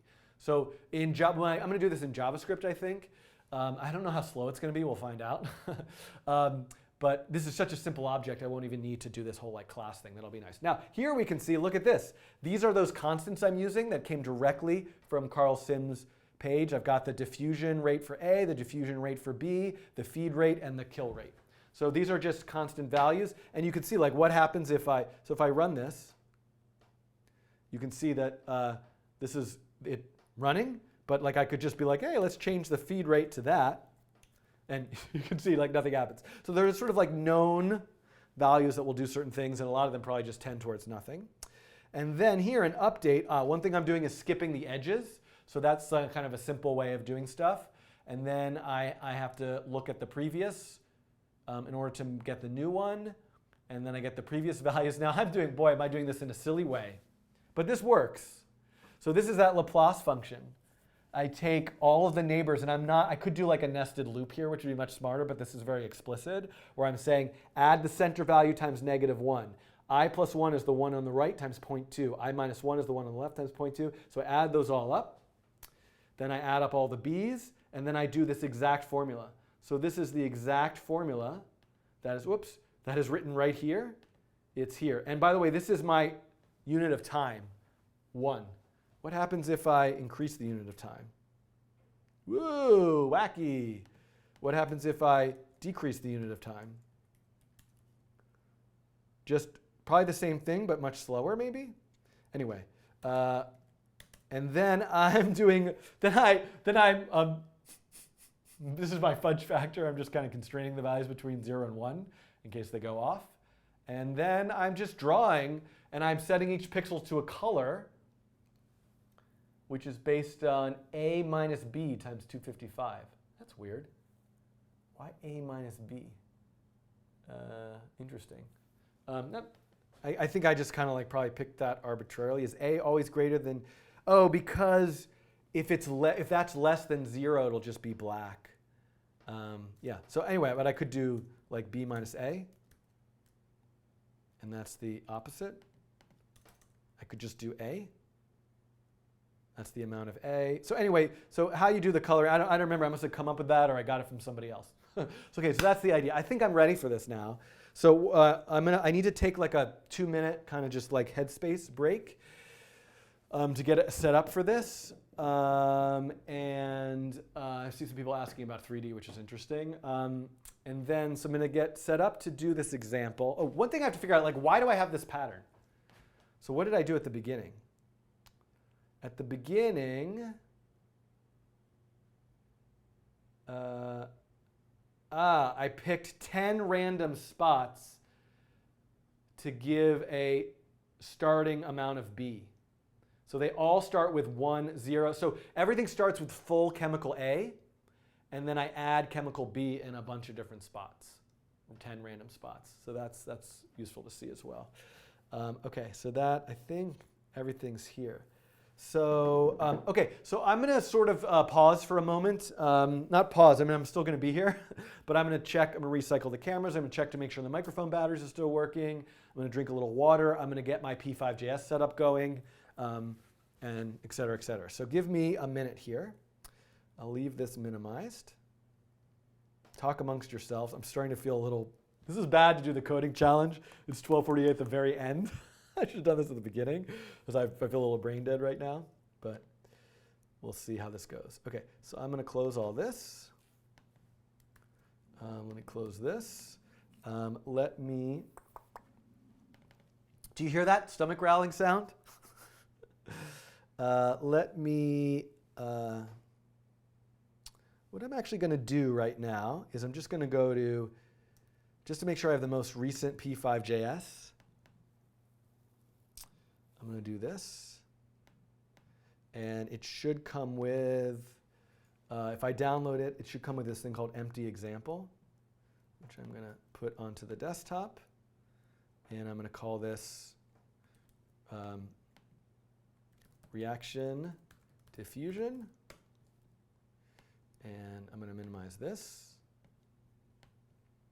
And I think I'm going to use, should I use Atom or, I'm either going to use Atom or Sublime. I'm a little more comfortable with Sublime text, but I've been trying to use Atom more recently. I'm going to use Sublime just because I'm a little more comfortable with it. Well, the best way to get comfortable with Atom would be to use it. I'm going to desktop, desktop, desktop, reaction diffusion. Whoops. Reaction diffusion, open. OK, so now I need sketch.js. Perfect. Now I need to run a little local server. I'm going to just run this in Chrome.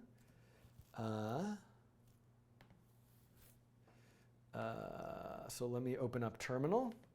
If you're wondering what I'm doing right now, I do have a video tutorial about this, which is a way of, and let me make this bigger for you guys so you can at least see what I'm doing. A way of running a local Python server on your machine to do local development. So now I need to go to the desktop and reaction and do Python -m, a simple HTTP server. So I should be able to minimize this now and do localhost and open up the console. That doesn't matter. Wish that would go away. It went away.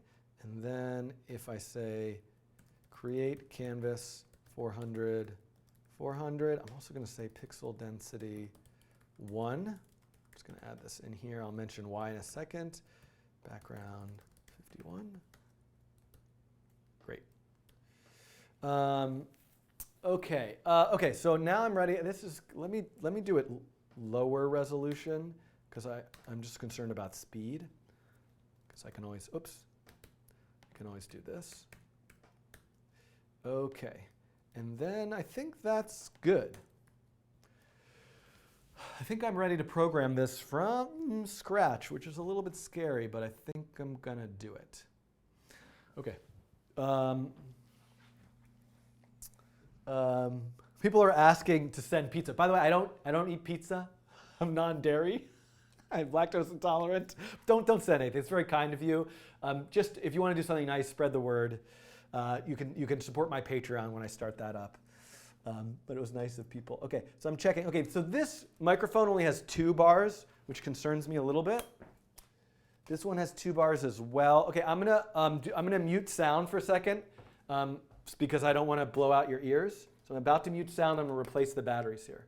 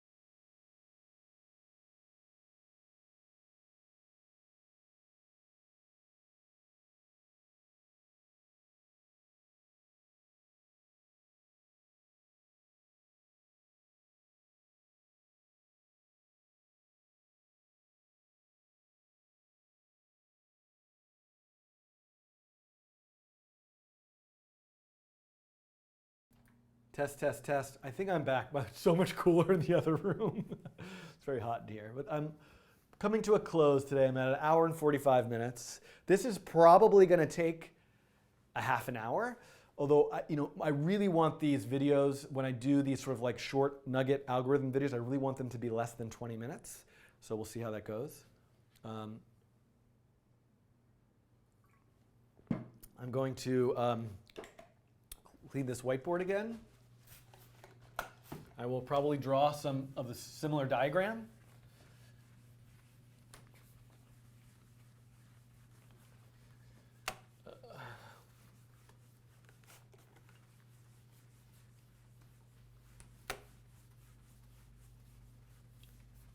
Okay. Okay, so let me get now, this pen is the good one, the good side. Let me come back over here. It's amazing that I haven't had to pee this whole time. I always have to pee in the middle of these, but somehow, even when drinking all this tea, I said that I'm totally going to have to go. Okay.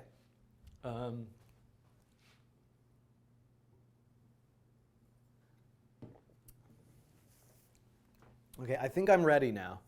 So what I need is also this I can close, this I can close, this I can close. I need that Carl Sims link. Right, I was just there. Here it is. Okay. Oh yeah, one thing I wanted to look up was the gray Scott. I wanted to just understand I mean, I might not mention this, but I wanted to get the sort of historical historical origin of the gray Scott. But oh, this is an interesting other. This is a nice way to look at the formula as well. This doesn't seem to be coming up with anything. Here we go.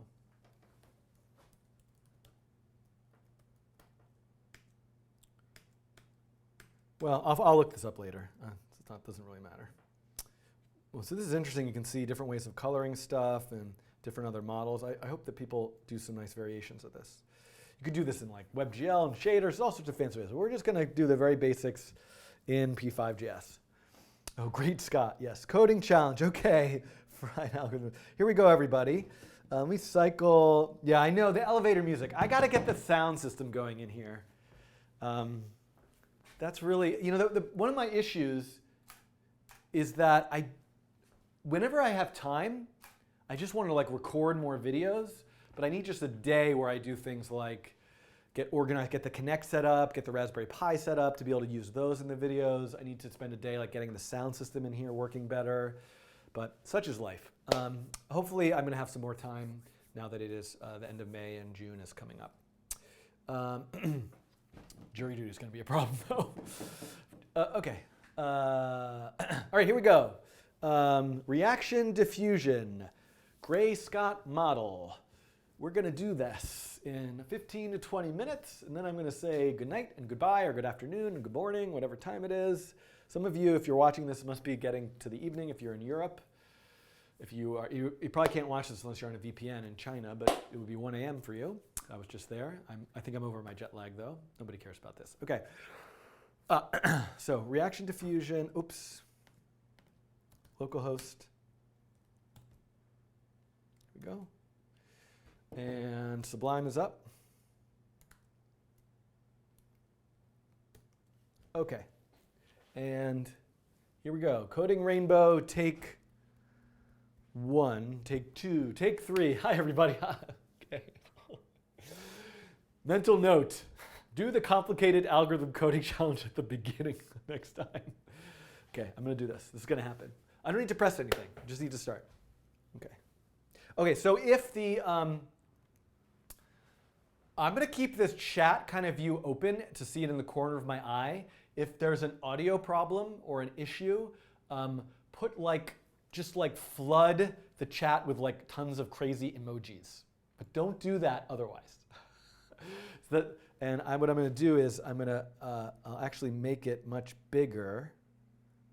This is going to be my new system. Oh, actually, no, this is not working. Hold on. More comments below. Okay. Okay. Here we go. So I'm not looking. The good news is I'm not looking at my video because that always distracts me. I just see the chat there. And so if the sound goes bad, oh, okay, well, hold on. Before I start, somebody is saying the mic seems a bit quiet. Can you all let me know? I did just swap out the battery, so it could have changed something. Oh, you know what? It is quite low compared to usual. Let me move this back up. I'm making this louder just to warn you guys. Okay, I made it. Okay, so don't emoji now. Okay, is everything fine? Is there any distortion in the audio? I actually just turned it up because I didn't realize I had it turned down quite a bit. Yeah, so I think it should be better now. Okay, mic is fine, yes. Okay, here we go, everybody. You know, I was at this construction site yesterday and they had this poster of different stretches. I think everybody take a moment and stretch. Stop and stretch. I'm gonna stretch.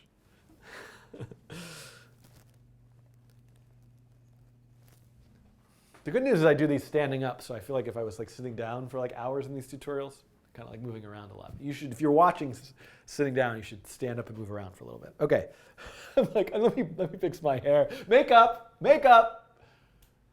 Nobody's coming, right? Where's my hair and makeup department? Okay.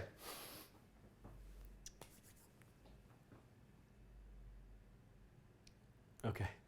You have a standing desk. Okay, now I can really see. By the way, this is brilliant for what I just did with the chat. I just zoomed in on it and have like a huge font, so I could just read it easily from over here.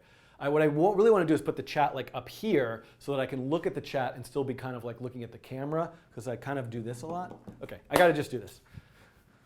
Here we go. Hello, welcome to another coding challenge with me, Dan. Okay, in today's coding challenge, I'm going to look at the reaction diffusion algorithm. It's a pixel-based algorithm that allows you to generate interesting patterns that look like up top, and what it's doing is it's modeling a chemical reaction. So it's this idea of having in your canvas. Let me just start over. Kind of like, what am I doing here at the beginning? I kind of want I want to have. I think what I would like to have open is. I want to have this as a visual reference open. Yeah.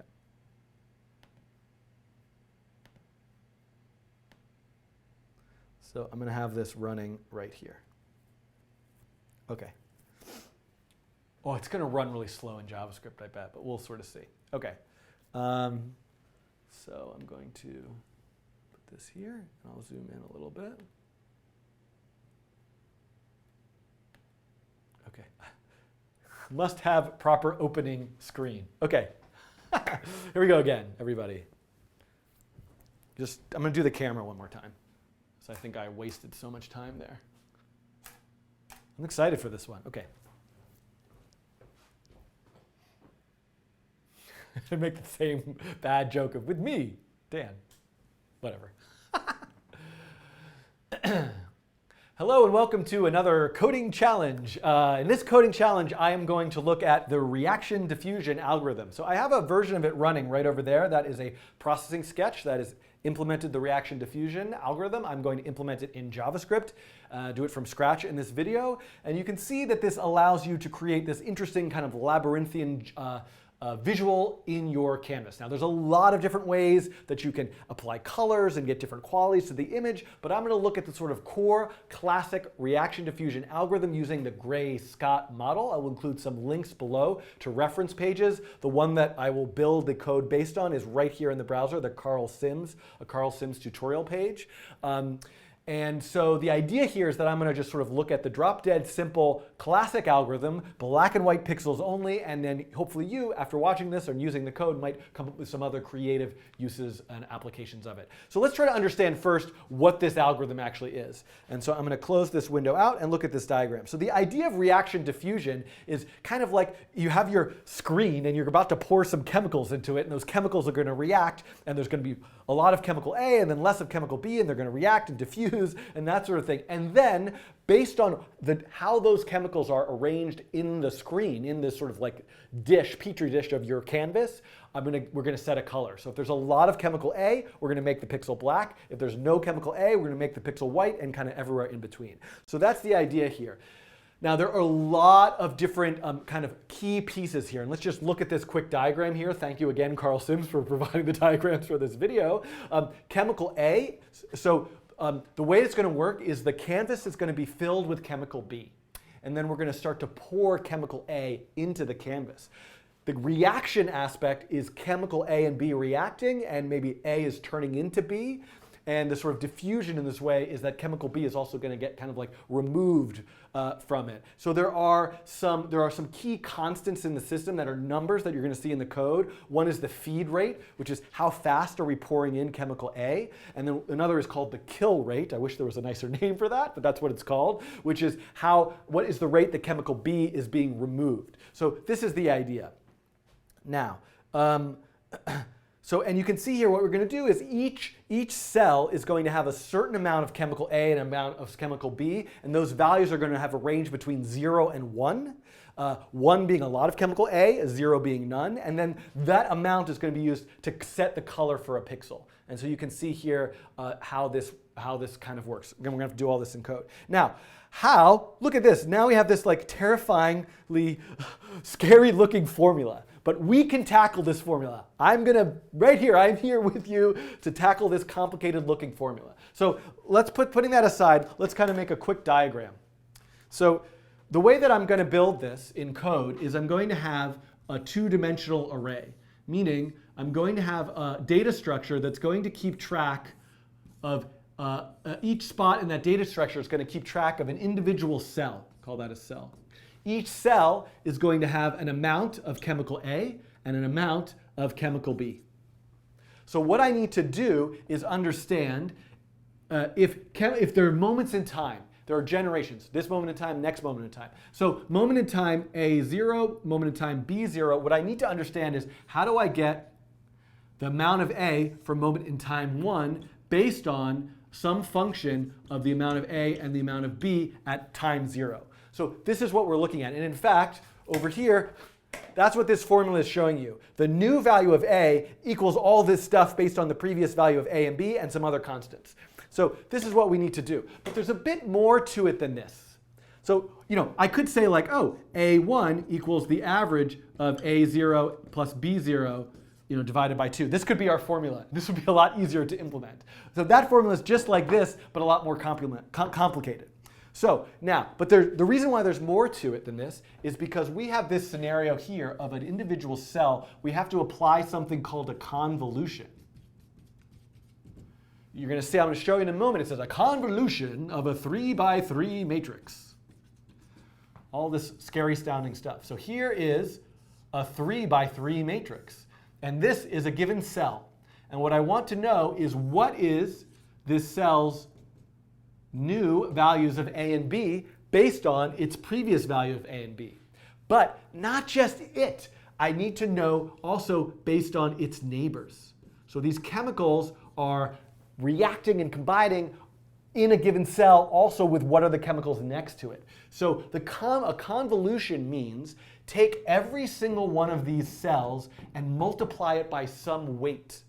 So if I were blurring an image, for example, I could use a blur as blur meaning the average of a convolution of a 3x3 matrix of pixels. So the new pixel color is going to be an average 1/9 of this color plus 1/9 of this color plus 1/9 of this color plus 1/9 of this color. So I take all of the colors and multiply them by 1/9, add them all together, and I have the new color. But we have a different convolution here, and it's described in the reaction diffusion algorithm. So this is the basic idea. I need a two-dimensional array. Each spot is going to have a certain amount of A and a certain amount of B. I need to have a formula that for each cycle, each frame through draw, I get a new value of A and a new value of B, and then a new value of A and a new value of B. And the math formula is going to be something like this, but more complicated because it's also going to involve all the neighbors. So let's start setting this up now. Hopefully this is the basic idea. Let's start setting it up to program it. OK, so now I'm back over here. I am back over here. Oh, was I not over there the whole time? I think I was over there the whole time. Hopefully this was right. Somebody in the chat tell me, was I on the whiteboard while I was showing that? OK, so if I go back to, I have this blank code here. And I'm going to go to my canvas here, and this is my canvas. So the first thing I need to do is create, OK, I was good. The first thing I need to do is create my two-dimensional array to store all the amount of chemicals in each spot in the grid. OK, so two-dimensional arrays in JavaScript are kind of a funny thing. Not funny, haha, funny, a little bit weird, because arrays in JavaScript, there's just so many different ways you can make them. But ultimately what a two-dimensional array is, and let me kind of describe this to you briefly. I'm going to make an array called grid. And you could imagine, like, what if I did this? I'm going to write something like this. I'm just going to kind of type something out for a second just to explain this.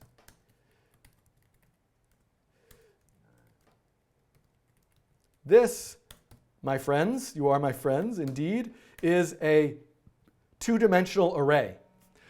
I kind of spaced it out like a grid, but really what it is just an array of arrays. To see how it's an array, open square bracket, end square bracket, and then it's 3 arrays inside of it. But so really a two-dimensional array in programming is just an array of arrays. So what I need is one array to keep an array for here, for here, for here, for here, right? So I need the first array to be the first row, the second array to be the second row, the third array to be the third row, that sort of thing. But I'm not going to type it out manually. For 3 by 3, I could type it out manually. What I need to do is kind of is actually make it in code.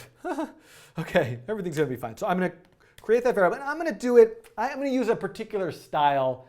I'm going to do it different. I'm going to do it different. So what I'm going to do is I'm first just going to say grid is an array. It's an empty array. And what I need to do is I need to loop x equals 0, x is less than the width of this canvas. And let me zoom back out, x plus plus. So for every x and for every y, right? For every x, stop. Oh, I can't, I'm waiting for my auto format that's not here. For every x, what I need to do is say grid index x is an array.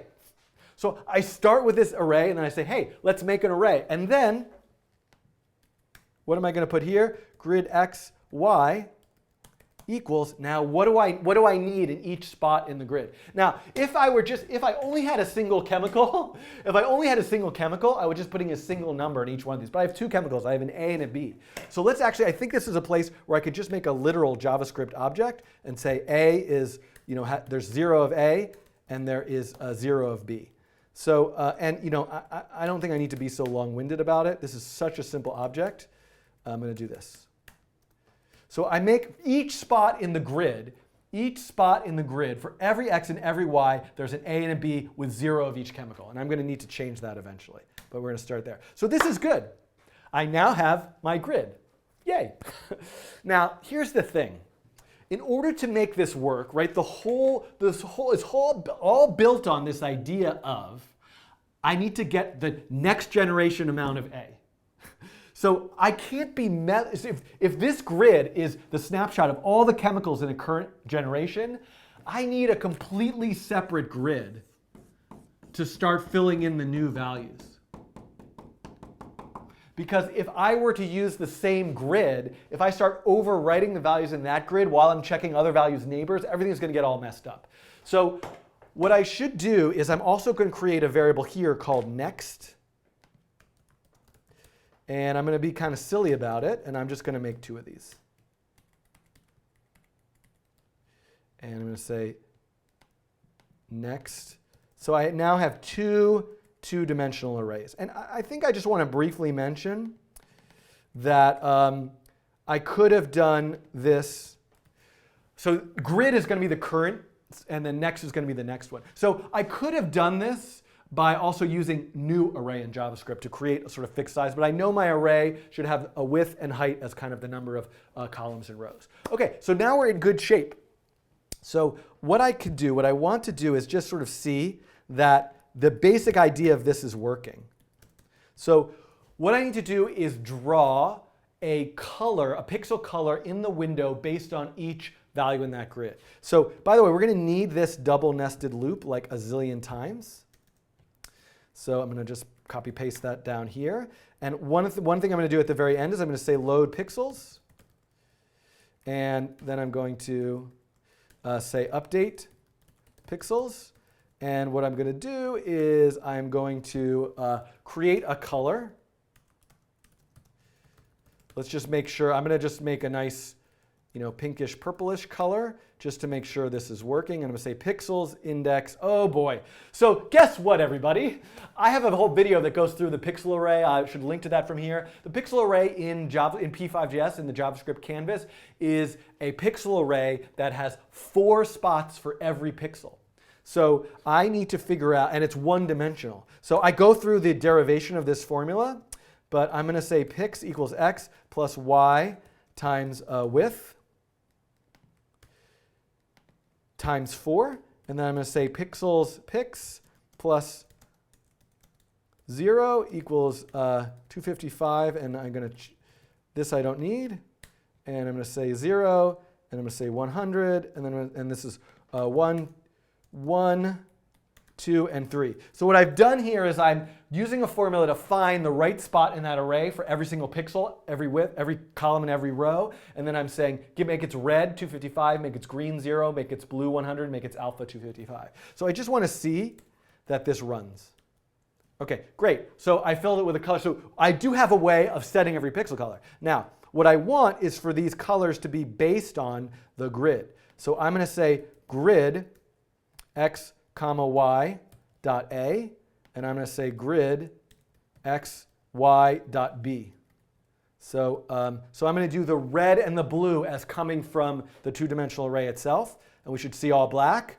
But if I give everything a random amount, we should see, OK, so what am I missing here? So I gave the grid a random amount of A and a random amount of B. And what's missing? Oh, I did a random between 0 and 1. So what I want to do is multiply these by 255. There's lots of ways I could use color mode or get around this, but I'm just going to multiply that by 255. Oh, and I'm going to have to say floor, because it has to be an integer, I bet. OK, so I probably could have done a better job at this, but there we go. So you can see that this is working. I have a mechanism by which, based on the amount of chemicals, I get a pixel color. This is the core thing that we need. So now all we need to do is say, like, OK, let's put this formula in. Great. So let's unpack this formula, right? Because right now, and actually, before we even do that, let's actually just get the structure going. So before I put the formula in, let's put this nested loop in again. And what I want to say is now I need to use this next, right? Next index x, y equals, and let me just do something like, I'm going to make up a formula. This isn't the actual reaction diffusion formula, but what I'm going to do is, where's the camera, where's the screen? I'm losing my mind. I'm going to say grid x comma, so next dot a equals grid xy dot a, times 0.2, and next, the next b is the grid's b times 1.2. So I'm going to do that. So this isn't the correct formula. We're going to have to actually put in the reaction diffusion formula, but I'm showing this is the structure by which I say the next generation will be that. So now if I run this again, we come back to here. Well, it doesn't seem to be animating or changing. Why? So it's not animating or changing because I'm still drawing it based on grid. So maybe what I actually want to do is draw the next one. And I did get something strange happening here. So it looks different. And let's actually not let it go, the values go over. So you can see that it is actually doing something, like the values are different. But importantly here, I don't see anything animating. So one of the major things that we need here is, and let's think about it, is something called a swap. Are you with me? Are you still paying attention? I would understand if you weren't. OK, so I need a swap. So this is a very common technique in cellular automata systems and other types of generation by generation systems. What I have here is I have, oops, wrong side of this marker. What I have here is I have a 2-dimensional array called grid. And then I have one called next. So grid is all my starting values. Then next is calculated, and then next is drawn to the window. Well, next should then become grid again, so I can get a new next and draw that to the window. So what I need to do is swap them. What I need to do is say, let me put next back into grid, and then I have a new blank one to write on, and I could just pull grid over there because it's the old one, I don't need it anymore. So if I want to have this continuous generation, I have the old and the new. So new gets calculated, then new becomes old, and I could just use that old one that I had to be the next new one, and then new becomes old, then new gets calculated, then new becomes old again. So I need to have a swap. So I'm actually going to write this as a separate function. So at the end of after I draw, I'm going to call a function called swap, and I'm going to write that down. Can you see this? I'm going to write this down somewhere down here. So I'm going to write a function called swap. And so what's going on here? Next, I want grid to be next, and I want next to be grid. I want grid to be next, and I want next to be grid. I want to swap them. Oh, but this is no good. If grid is next, and then next equals grid, well, then next is next, because grid is next. We've got a problem here. So in a swap, what I need to do is I need to have a temporary variable that keeps track of the old grid.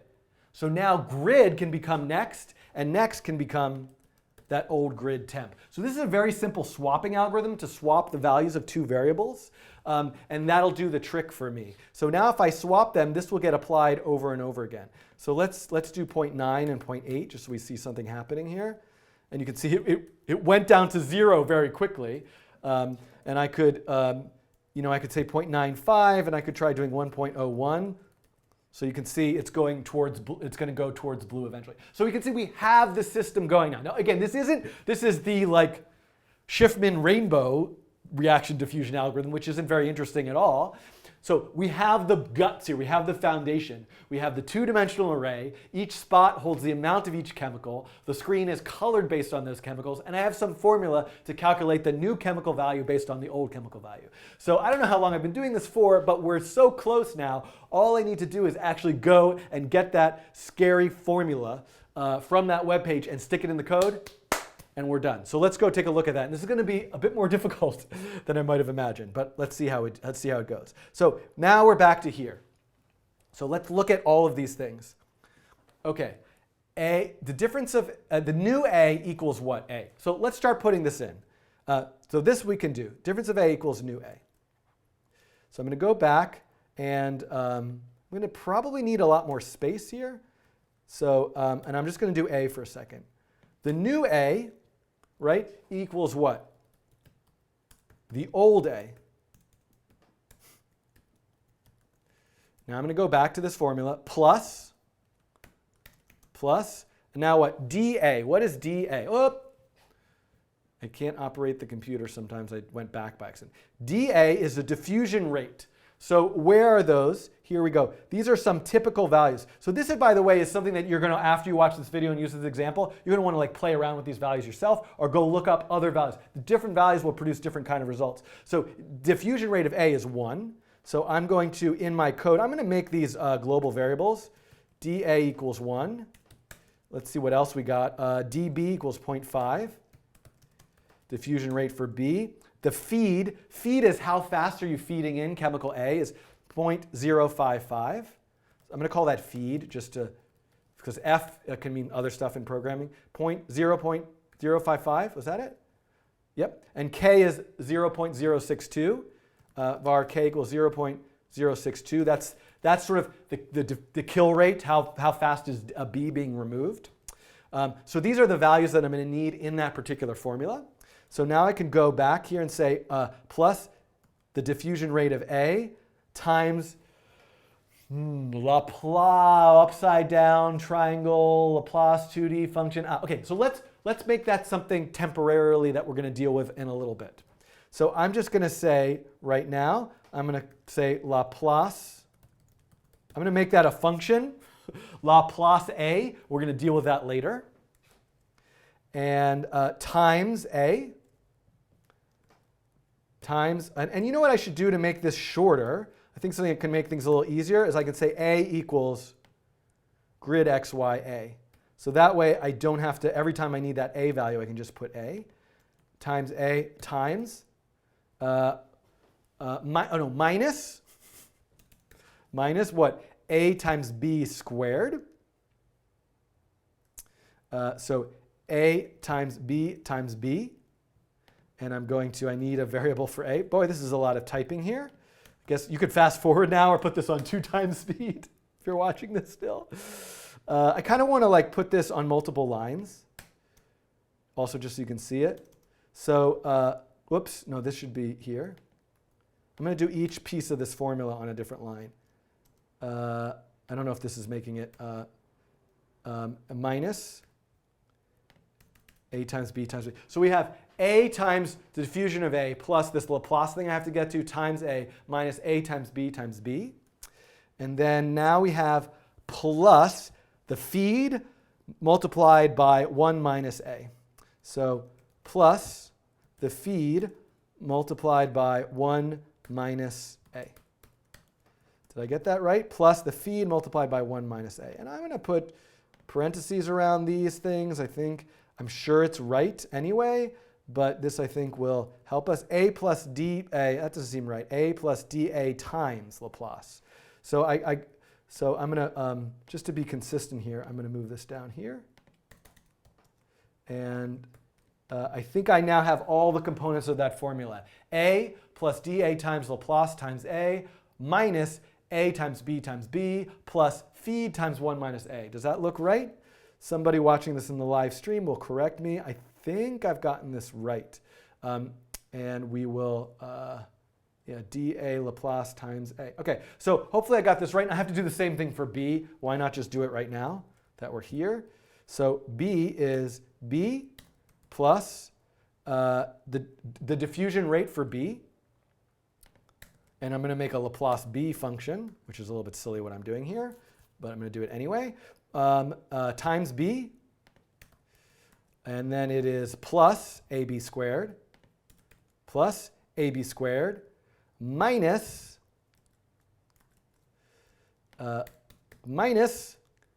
K plus F times B.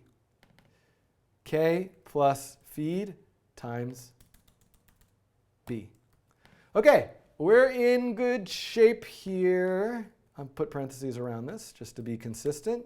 So I think I now have these formulas. Now, I did miss a crucial point. If you come back to this, you'll see delta t. Delta t is the change in time for each iteration. What does that mean? Well, the way the world works is that time marches forward, on and on and on. The way that computer programs and animation programs work is time marches forward in time steps, lockstep.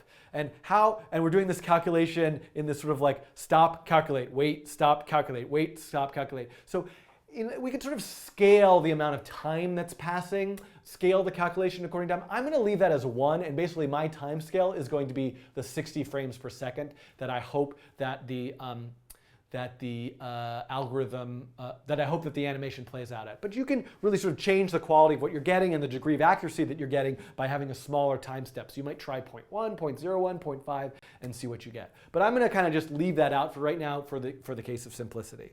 OK, so we've done everything now except for this Laplacian thing. And so I'm realizing, by the way, that this is Laplacian A. This is not multiply by A. This is the Laplacian A thing. So one thing I can do is get rid of this times A and this times B. So what is that? This is the convolution. So this is this particular thing. What I need to do in the Laplace function is look at every single amount of A in all of the neighbors.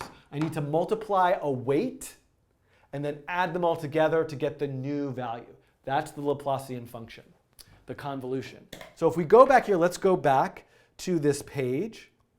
And here it says, the Laplacian is performed with a 3. Now, there's different ways you could do this, but this says with a 3 by 3 convolution with a center weight of -1, adjacent neighbors 0.2, and diagonals 0.5. This means the following. So I need to, in this function, look at every single cell and apply a weight. 0.05, 0.2, 0.05, 0.2. This is the center one, -1.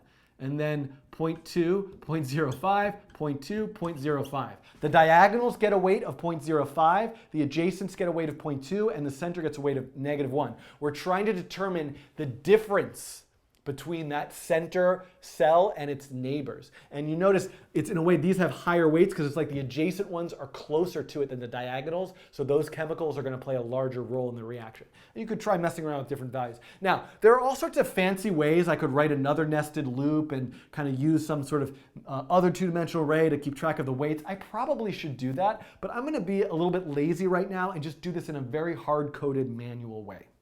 So let's look at how I might do that. So if I come back here, first of all, let's just write, so down here I'm going to need a function called Laplace A, and I'm also going to need a function called Laplace B. And I'm just going to do something right now. I'm going to just say they return the value 1, which is obviously like wildly incorrect. Oh boy, I'm not here. So I need to add these two functions. Sorry, I didn't get back here. I need to add these two functions. And I'm just for right now, for simplicity, to make sure my code runs, just say that they return the number 1. So that this should do something, and I should get something, So let's run this. And you can see, okay, so something's working, and you can almost even like see it like flicker and do something weird and interesting for a second. So that's good. The other thing I want to change, by the way, and I'll deal with this later though. Let's leave that now. Okay, but now I need to actually do the correct Laplace function. So what I think I'll do is pass into Laplace the function, the current x and y. And then I'm going to do the entire calculation in that function. And I need to do it with the grid, right? So what I need to do is say something like the sum for A is 0.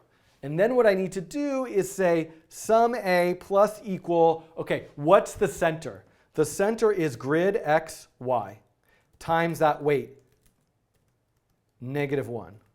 So I need to do this like 9 times for all 9 neighbors.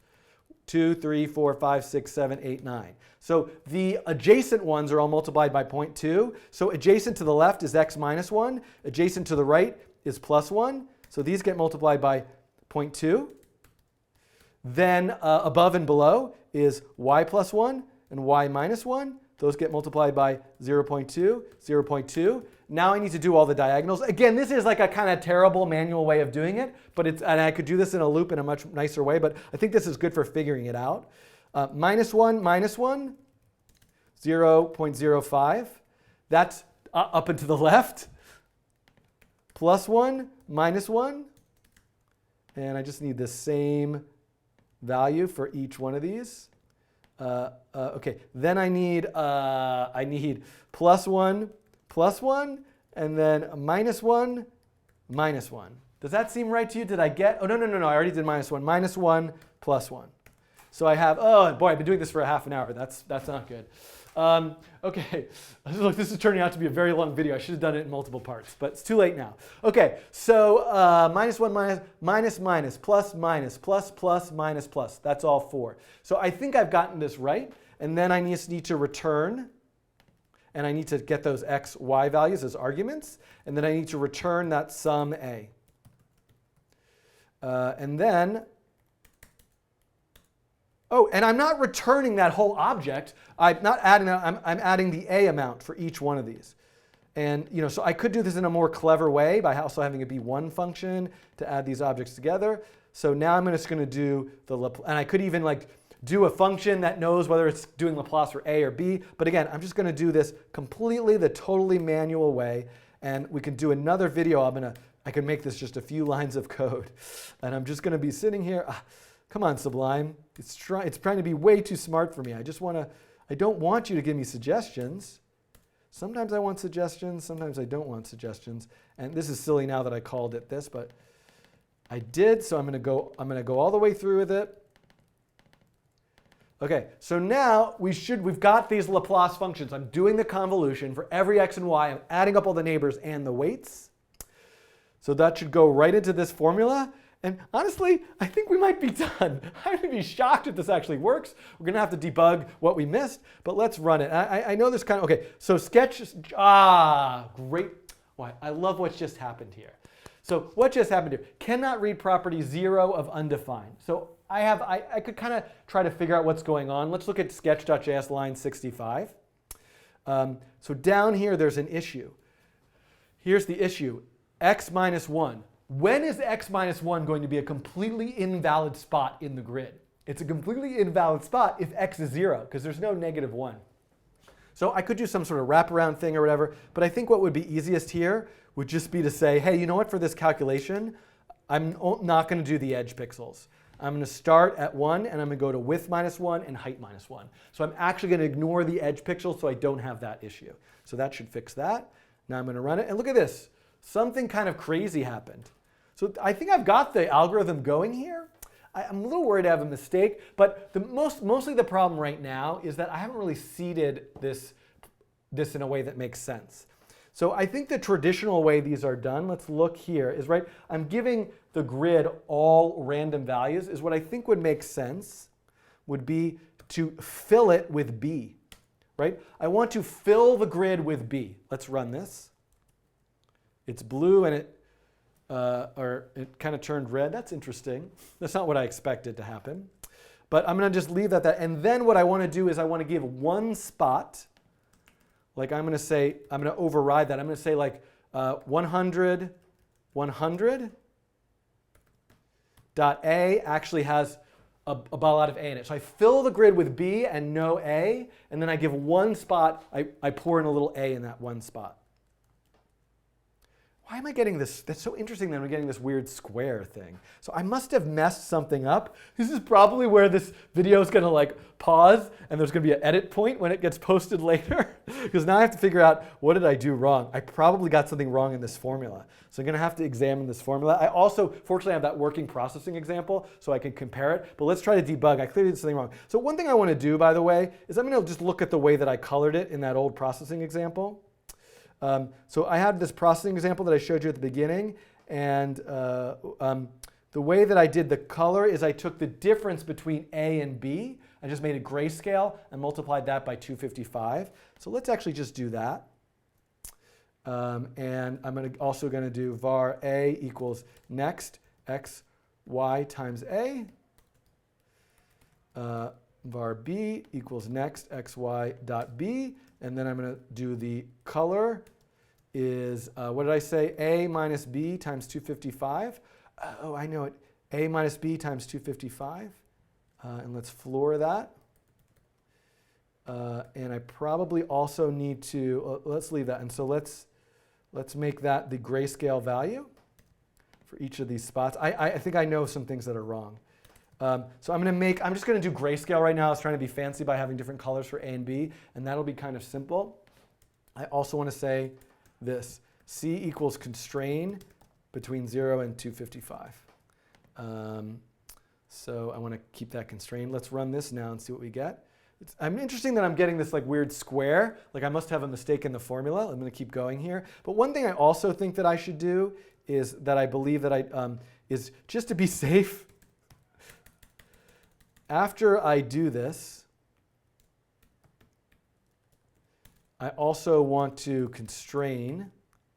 I also want to constrain that new value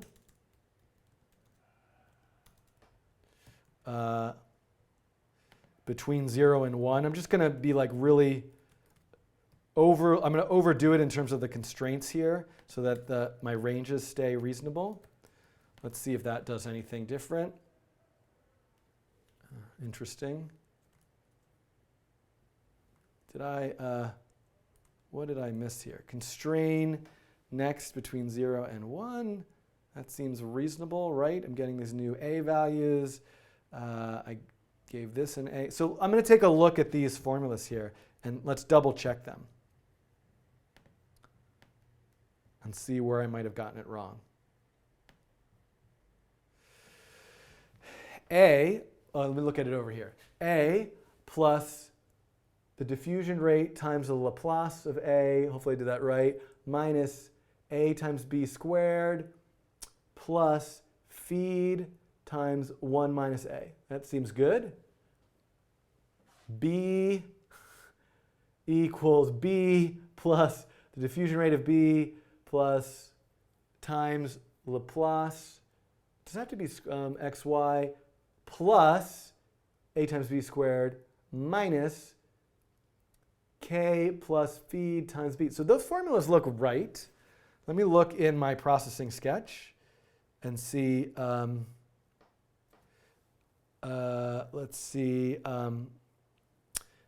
what's going on here. A plus this times Laplace a times a plus feed 1 minus a. So these look right. Now, I bet you I messed something up in the Laplace function. So I'm just scanning these here to see if this looks the same. Spot, new spot, yeah, grid, next, previous. I used previous in grid, which is a little tricky, and I did a constrain as well. Everything looks the same, right? Anybody see anything? Is brackets messing with the order of operations? It's a good question. So let's look at this. Let's look at my Laplace function. Grid minus 0.2, y plus minus 0.2. I'm adding all those up. Then I do minus, minus, plus, minus, plus, plus, minus, plus. That looks right. Did I get it right with B also? How did I, and then let's see how I initially, so these I expect to be right as well. Minus 1, minus 1. How did the formulas looked right. I don't know if any parentheses are off. I don't think they are. This is right. Then I get the next. And I'm looking at grid, right? Not in next here. And then I swap. I'm drawing grid. OK, so now the other thing is let's look at how I seeded it. So in processing in the beginning, I started with all A and no B. Well, let's try that. Nope. And then here I give a little bit of B. Maybe that's what I just needed to do. Because and now I can go back here,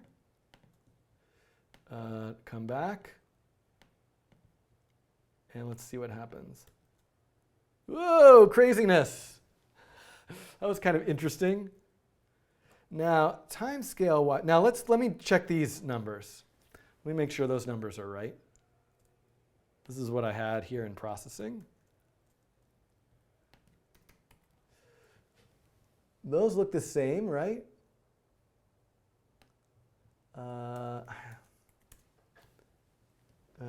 Yeah, OK. Everything looks identical. Well, let's be like, so what I actually did here was I gave it, the object should be the same. Wow, it really looks identical. I'm sure there's something I'm missing here. The way I'm doing the color, pixels, load pixels, update pixels, swap. My swap is right. Temp is grid. Then grid is the next one. And then next is temp. That should work. These are right. This is me adding everything together. These formulas seem right. A, B, A, B, A, B, X, Y. A, B, A, B, X, Y, X, Y. Ooh, oh no, that's right. 100, 100, B, that's right. Should be fine with just one spot, right? Because one thing I can do here, just to like simulate it. Oh, no, that shouldn't matter though. This shouldn't matter. Oh, I wonder because of the swap, do I need to like, that shouldn't matter though. So yeah, that doesn't matter. Let me just, out of curiosity, make these identical now.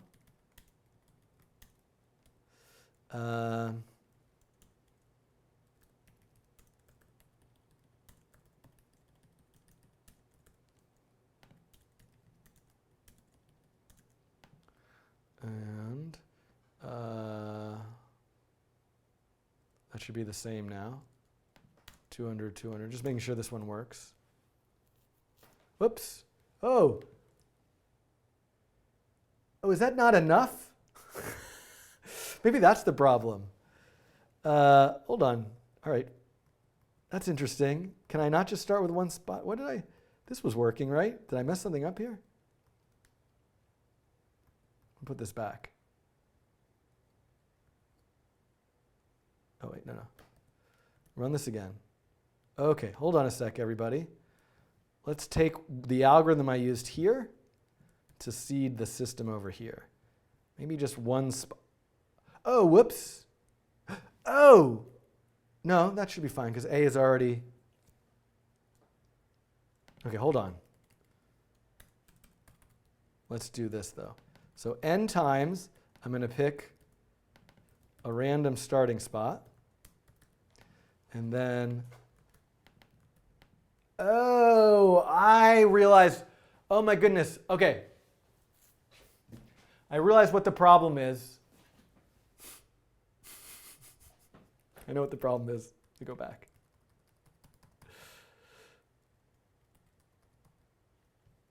This was a nice idea. Okay. I don't know if this is going to fix it. I should probably go all the way through with this, but I know what the problem is. So, hello, I'm back. I don't know where that's going to get edited somehow. So here's the issue. I wanted to add like a little bit of B. Like I filled the whole thing with A. I actually switched that from when I was maybe last in this video. So I filled the whole thing with A, and then I want to add a little bit of B. But that's not going to work. Just like a one little droplet of B on one pixel, not going to get enough reaction diffusion to make anything happen. I actually need to give it a block of like, I need to pour a lot more in. So I need like a little area of, so what I think I'm going to do is I'm going to say and I'm going to use I here just to use a different, like I equals 100, I is less than 10, I plus plus. No, I is less than 110, I plus plus. Now, how you seed the system is like super interesting, and I'm doing this not in a very interesting way, but I'm going to use J, J plus plus. And what I'm going to do is I'm going to take a whole area and give it some B, like a little 10 by 10 pixel area. So every pixel from between 100 to 110 is going to get some B, right? Every pixel is going to start with a lot of A and no B, and then this little 10 by 10 area is going to start with B. And what I'm actually going to do is just for a second comment this out. So let's just see what this looks like. Now, why am I'm getting this crazy flickering. You can't see that actually.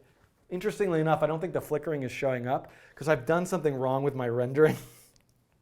But you can see though that, ooh, whoa, oh, now you're seeing interest. I don't know what you're actually seeing on the stream.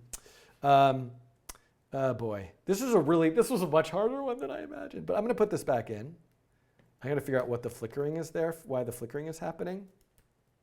Okay, so you can see this is now finally working. I'm getting a weird flickering around the edges. Oh, I know what the problem is. I know what the problem is. Because I'm not updating the edges need to make sure they're seeded with the original amount of stuff. There we go. Finally, we're good. So it took me a little while there, but the issue was that I needed to place an area of pixels in order to seed it with some chemical B. So this would have been good. This would benefit from a second run. Like I could just do this whole thing again and probably get through it a lot faster with less hiccups. But hopefully this helped you. You can see now I have the reaction diffusion simulation. You can see this is one little area of pixels. And you know what happens if you give it like a circular area of pixels or start stuff with like random values? What kind of patterns might you get? And you can see the reaction diffusion algorithm is kind of blossoming into this nice little flower. We can let it run for a little bit. I'm curious about the frame rate. JavaScript is handling this pretty well. This is only 200 by 200 pixels. So it isn't a tremendous amount of pixels for it to work with. But so you might run into some serious performance issues if you do this in the browser. It's going to run a lot faster in processing. Of course, I'm sure there's like fancy shader, WebGL ways of doing this super, super fast. But I think this kind of wraps up this tutorial. So to recap, just now that we've kind of like, just want to use this last few minutes to kind of recap what I've got, is here, we started out with, in the code, we're just going to walk through all the pieces of the code now. There is the grid, which stores the amount of A and B chemicals across every pixel. there are all these constants which are associated with the Gray-Scott implementation. So there's an amount of diffusion for A, an amount of diffusion for B. There's a feed rate and a kill rate. So you can look up different values for those, like known values that produce different patterns. And you can also just play with those yourself. Then I have to create these two-dimensional arrays. I need a current and a next because I got to calculate the next generation and then use the current as the next generation, then use it as the next. I've got this cycling going on, and I'm starting and filling it, each spot with all chemical A and no B. Then I start a little area of pixels, a 10 by 10 area of pixels to put some chemical B in. And this is another place where you, wanting to play with this code, you should try something different. Like, what if you fill in around the contours of a silhouette and you start getting this like silhouetted person reaction diffusion pattern? Then in draw, I do a bunch of things. Number one is I just actually implement that reaction diffusion formula. I need to calculate the next amount of A and B based on the current amount of A, the diffusion rate, the feed, the kill rate, all of that stuff, as well as this sum of all of the neighbors. So the sum of all of the neighbors happens in these Laplace functions, and that is lower down in the code. Again, I would suggest, and I'd be happy to do this and post this at some point if someone wants to remind me, modified version, I could condense this into one function, and I could also make this happen in a loop. But I think this really shows exactly what's happening. And these weights, again, are defined by the Sims page. You could weight things, or you could have a 5 by 5 matrix, you could do different things there. So that's calculating all those next values. And then here, the only thing that's happening here is I'm now setting every single pixel in the window a color based on the amount of A and the amount of B. And I'm just using black and white. So it's up to you. I think I could go back. You could say, well, the amount of A could be the amount of blue, the amount of B could be the amount of the green. You could create rainbow cycling colors. Somebody make a rainbow reaction diffusion thing. There's a lot of possibilities there for how you could play with this. But this is all of the code. I think this is probably a 40 to 45 minute video, I'm assuming at this point.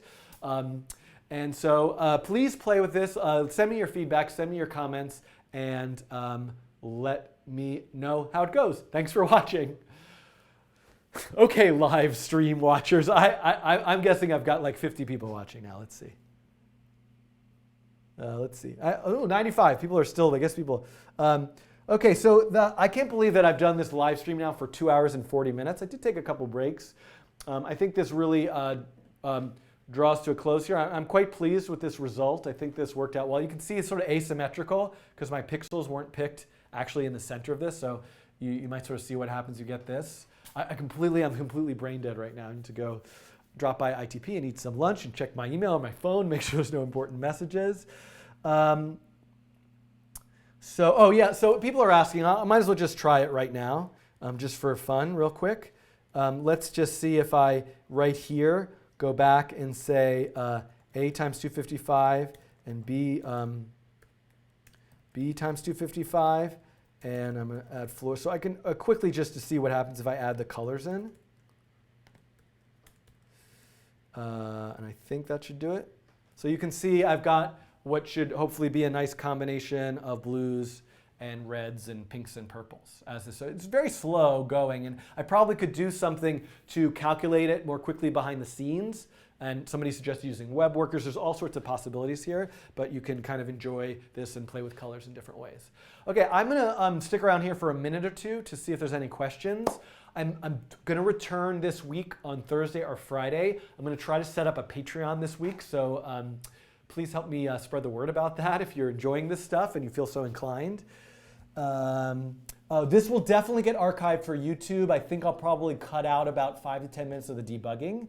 And when I say I've one of the reasons why I want to start the Patreon is I've hired a wonderful person who lives in Canada who's been helping me maintain the descriptions and the tags and edit some videos. So if you have suggestions for how things could be organized better, for how things could be edited, for how things could be tagged to improve search, please let me know.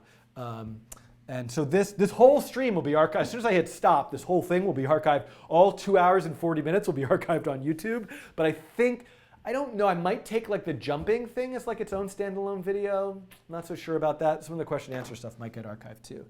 So I'm going to kind of scroll back. I'm just going to see if anybody has any questions. Make it faster, that's something to do. Why you used var over let? Var is just sort of like this JavaScript style that I'm using. It's what I'm used to. I didn't know that you could use let in JavaScript. Maybe you can. JavaScript is so flexible. That was one question. I'm curious. While I'm here, I'm just going to look at Twitch for a second. 7 people are watching. Let me mention a couple things while I'm here because I want some feedback about this. Oh, I think I'm off Facebook. Facebook. Wow, Facebook couldn't maintain it. It also said it's ended. That's interesting. I wonder if Facebook was like, you can't stream for 2 hours and 45 minutes, you crazy person. So one thing I want to talk about is that I have 2 kids and they both like to play Minecraft, or the 4, almost 5-year-old is a little too young for it. My 7-year-old is really kind of obsessed with it. And I've been researching and trying Minecraft modding for a while, and I kind of was like excited about that. I was going to make a processing add-on for it. But Golan Levin over the weekend suggested something called Computercraft to me, which is a Minecraft mod, which allows you to, this is not the page I'm looking for. I was kind of looking for the wiki. Here, this is a nice page. It allows you to create these blocks in Minecraft. If you're not familiar with Minecraft, you just shut this off right now, which allows you to write Lua code into it. And so I was thinking of doing some interesting tutorials of trying, and it lets you create these like turtle blocks, which allow you to like build structures in Minecraft. And I was thinking of taking nature of code algorithms and programming these turtle blocks to do like L systems or different like fractal or maze patterns in Minecraft. And honestly, one, I was thinking of doing this because it kind of interests me. The other reason I was thinking of doing this, honestly, was because you look at YouTube and you see some of these Minecraft videos have millions of views and millions of subscribers. So there's an interest level for that. Could I combine programming education, Minecraft? I realize Minecraft is commercial software. I try to use like open platforms, but so I'm thinking of doing that. My concern is that too much of a distraction from this kind of core audience that I have of people interested in JavaScript and processing and creative coding? So I'm curious for your feedback. I don't know whether that should be a separate channel or the same channel, or I shouldn't do that or I should do that. But if you have suggestions or thoughts about that, I don't have a good way of, Twitter would be a way to communicate with me, or write in the YouTube comments, I guess, on this particular, on the archive of this video. But am I still streaming on YouTube, by the way? Because Facebook said it ended. Yeah, I see myself there. So I might look in the chat to see for a second. But ultimately, what I'm thinking of doing with this Patreon is creating a private Slack for people who subscribe to the Patreon. So, and that will be a place for discussion and question answering. And I'll still answer questions on the YouTube comments and the Cadenza forum and the processing forum. And I don't ever have an intention of making videos that aren't always open and available, but I do, I do think I need to look into some revenue economic experiments for this stuff, as I'd like to buy some new equipment and pay people and pay myself beyond just, this is, anyway. So that's kind of a discussion. I reference it almost every time I do a live stream.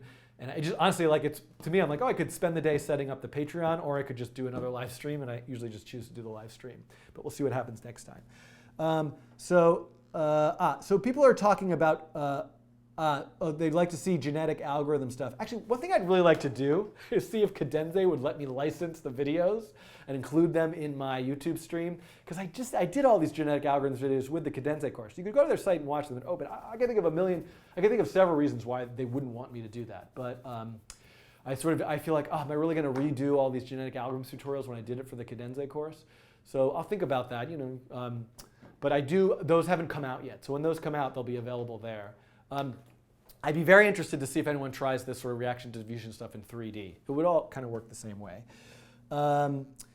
Can you point me in the right direction to turn these sketches into interactive screensavers? So if you want to use, you can use processing. You can make an application. It really depends. Processing, you can make a Java application out of it. If you can turn a Java application into a screensaver, then you're done. With JavaScript, you need something that will wrap a web page into a screensaver, and there's stuff like that for Windows and for Mac OS. The 3D would be the same idea, but with 26 neighboring cells. Yes, that's right. What you're doing is quite interesting. I'm jumping into Python. Is there a similar starting point compared to your book? Actually, I don't know. This isn't necessarily the best Python starting point as like learning the language Python and what Python is generally used for. But if you're interested in kind of creative coding and processing in Python, then Alison Parrish is working on a version of Casey Reese and Ben Fry's Getting Started. with processing. I believe, I can't remember if it's out yet or not. So I'm going to Google it and find it on Amazon.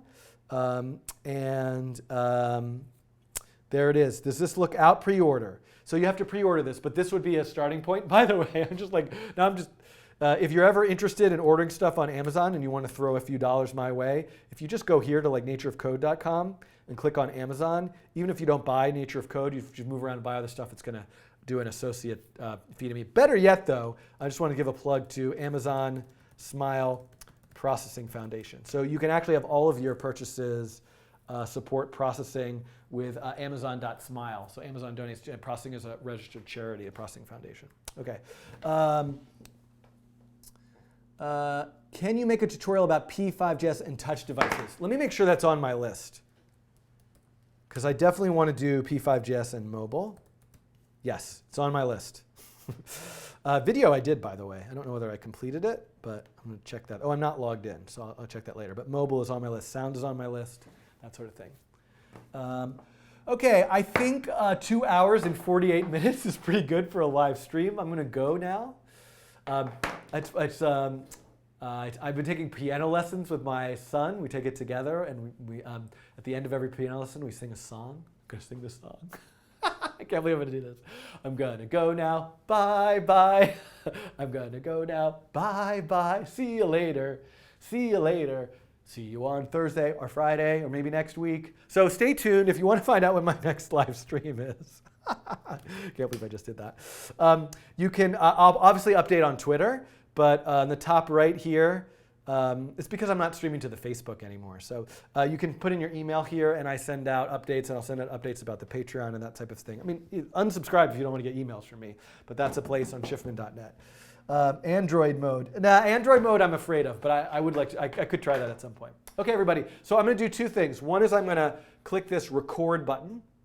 So now I've stopped recording this, so that's my like archived backup of this whole thing. And I can't believe I had no technical difficulties today. That's pretty good. And now I'm going to click the live stream end button, which it will end. Now, it will take probably YouTube an hour or two to process it. Then this full archive will be there. And then sometime by tomorrow or the next day, the description will include time codes to where various things in the video are, as well as definitely the diffusion thing as a separate standalone video, and possibly the platform jumping thing too.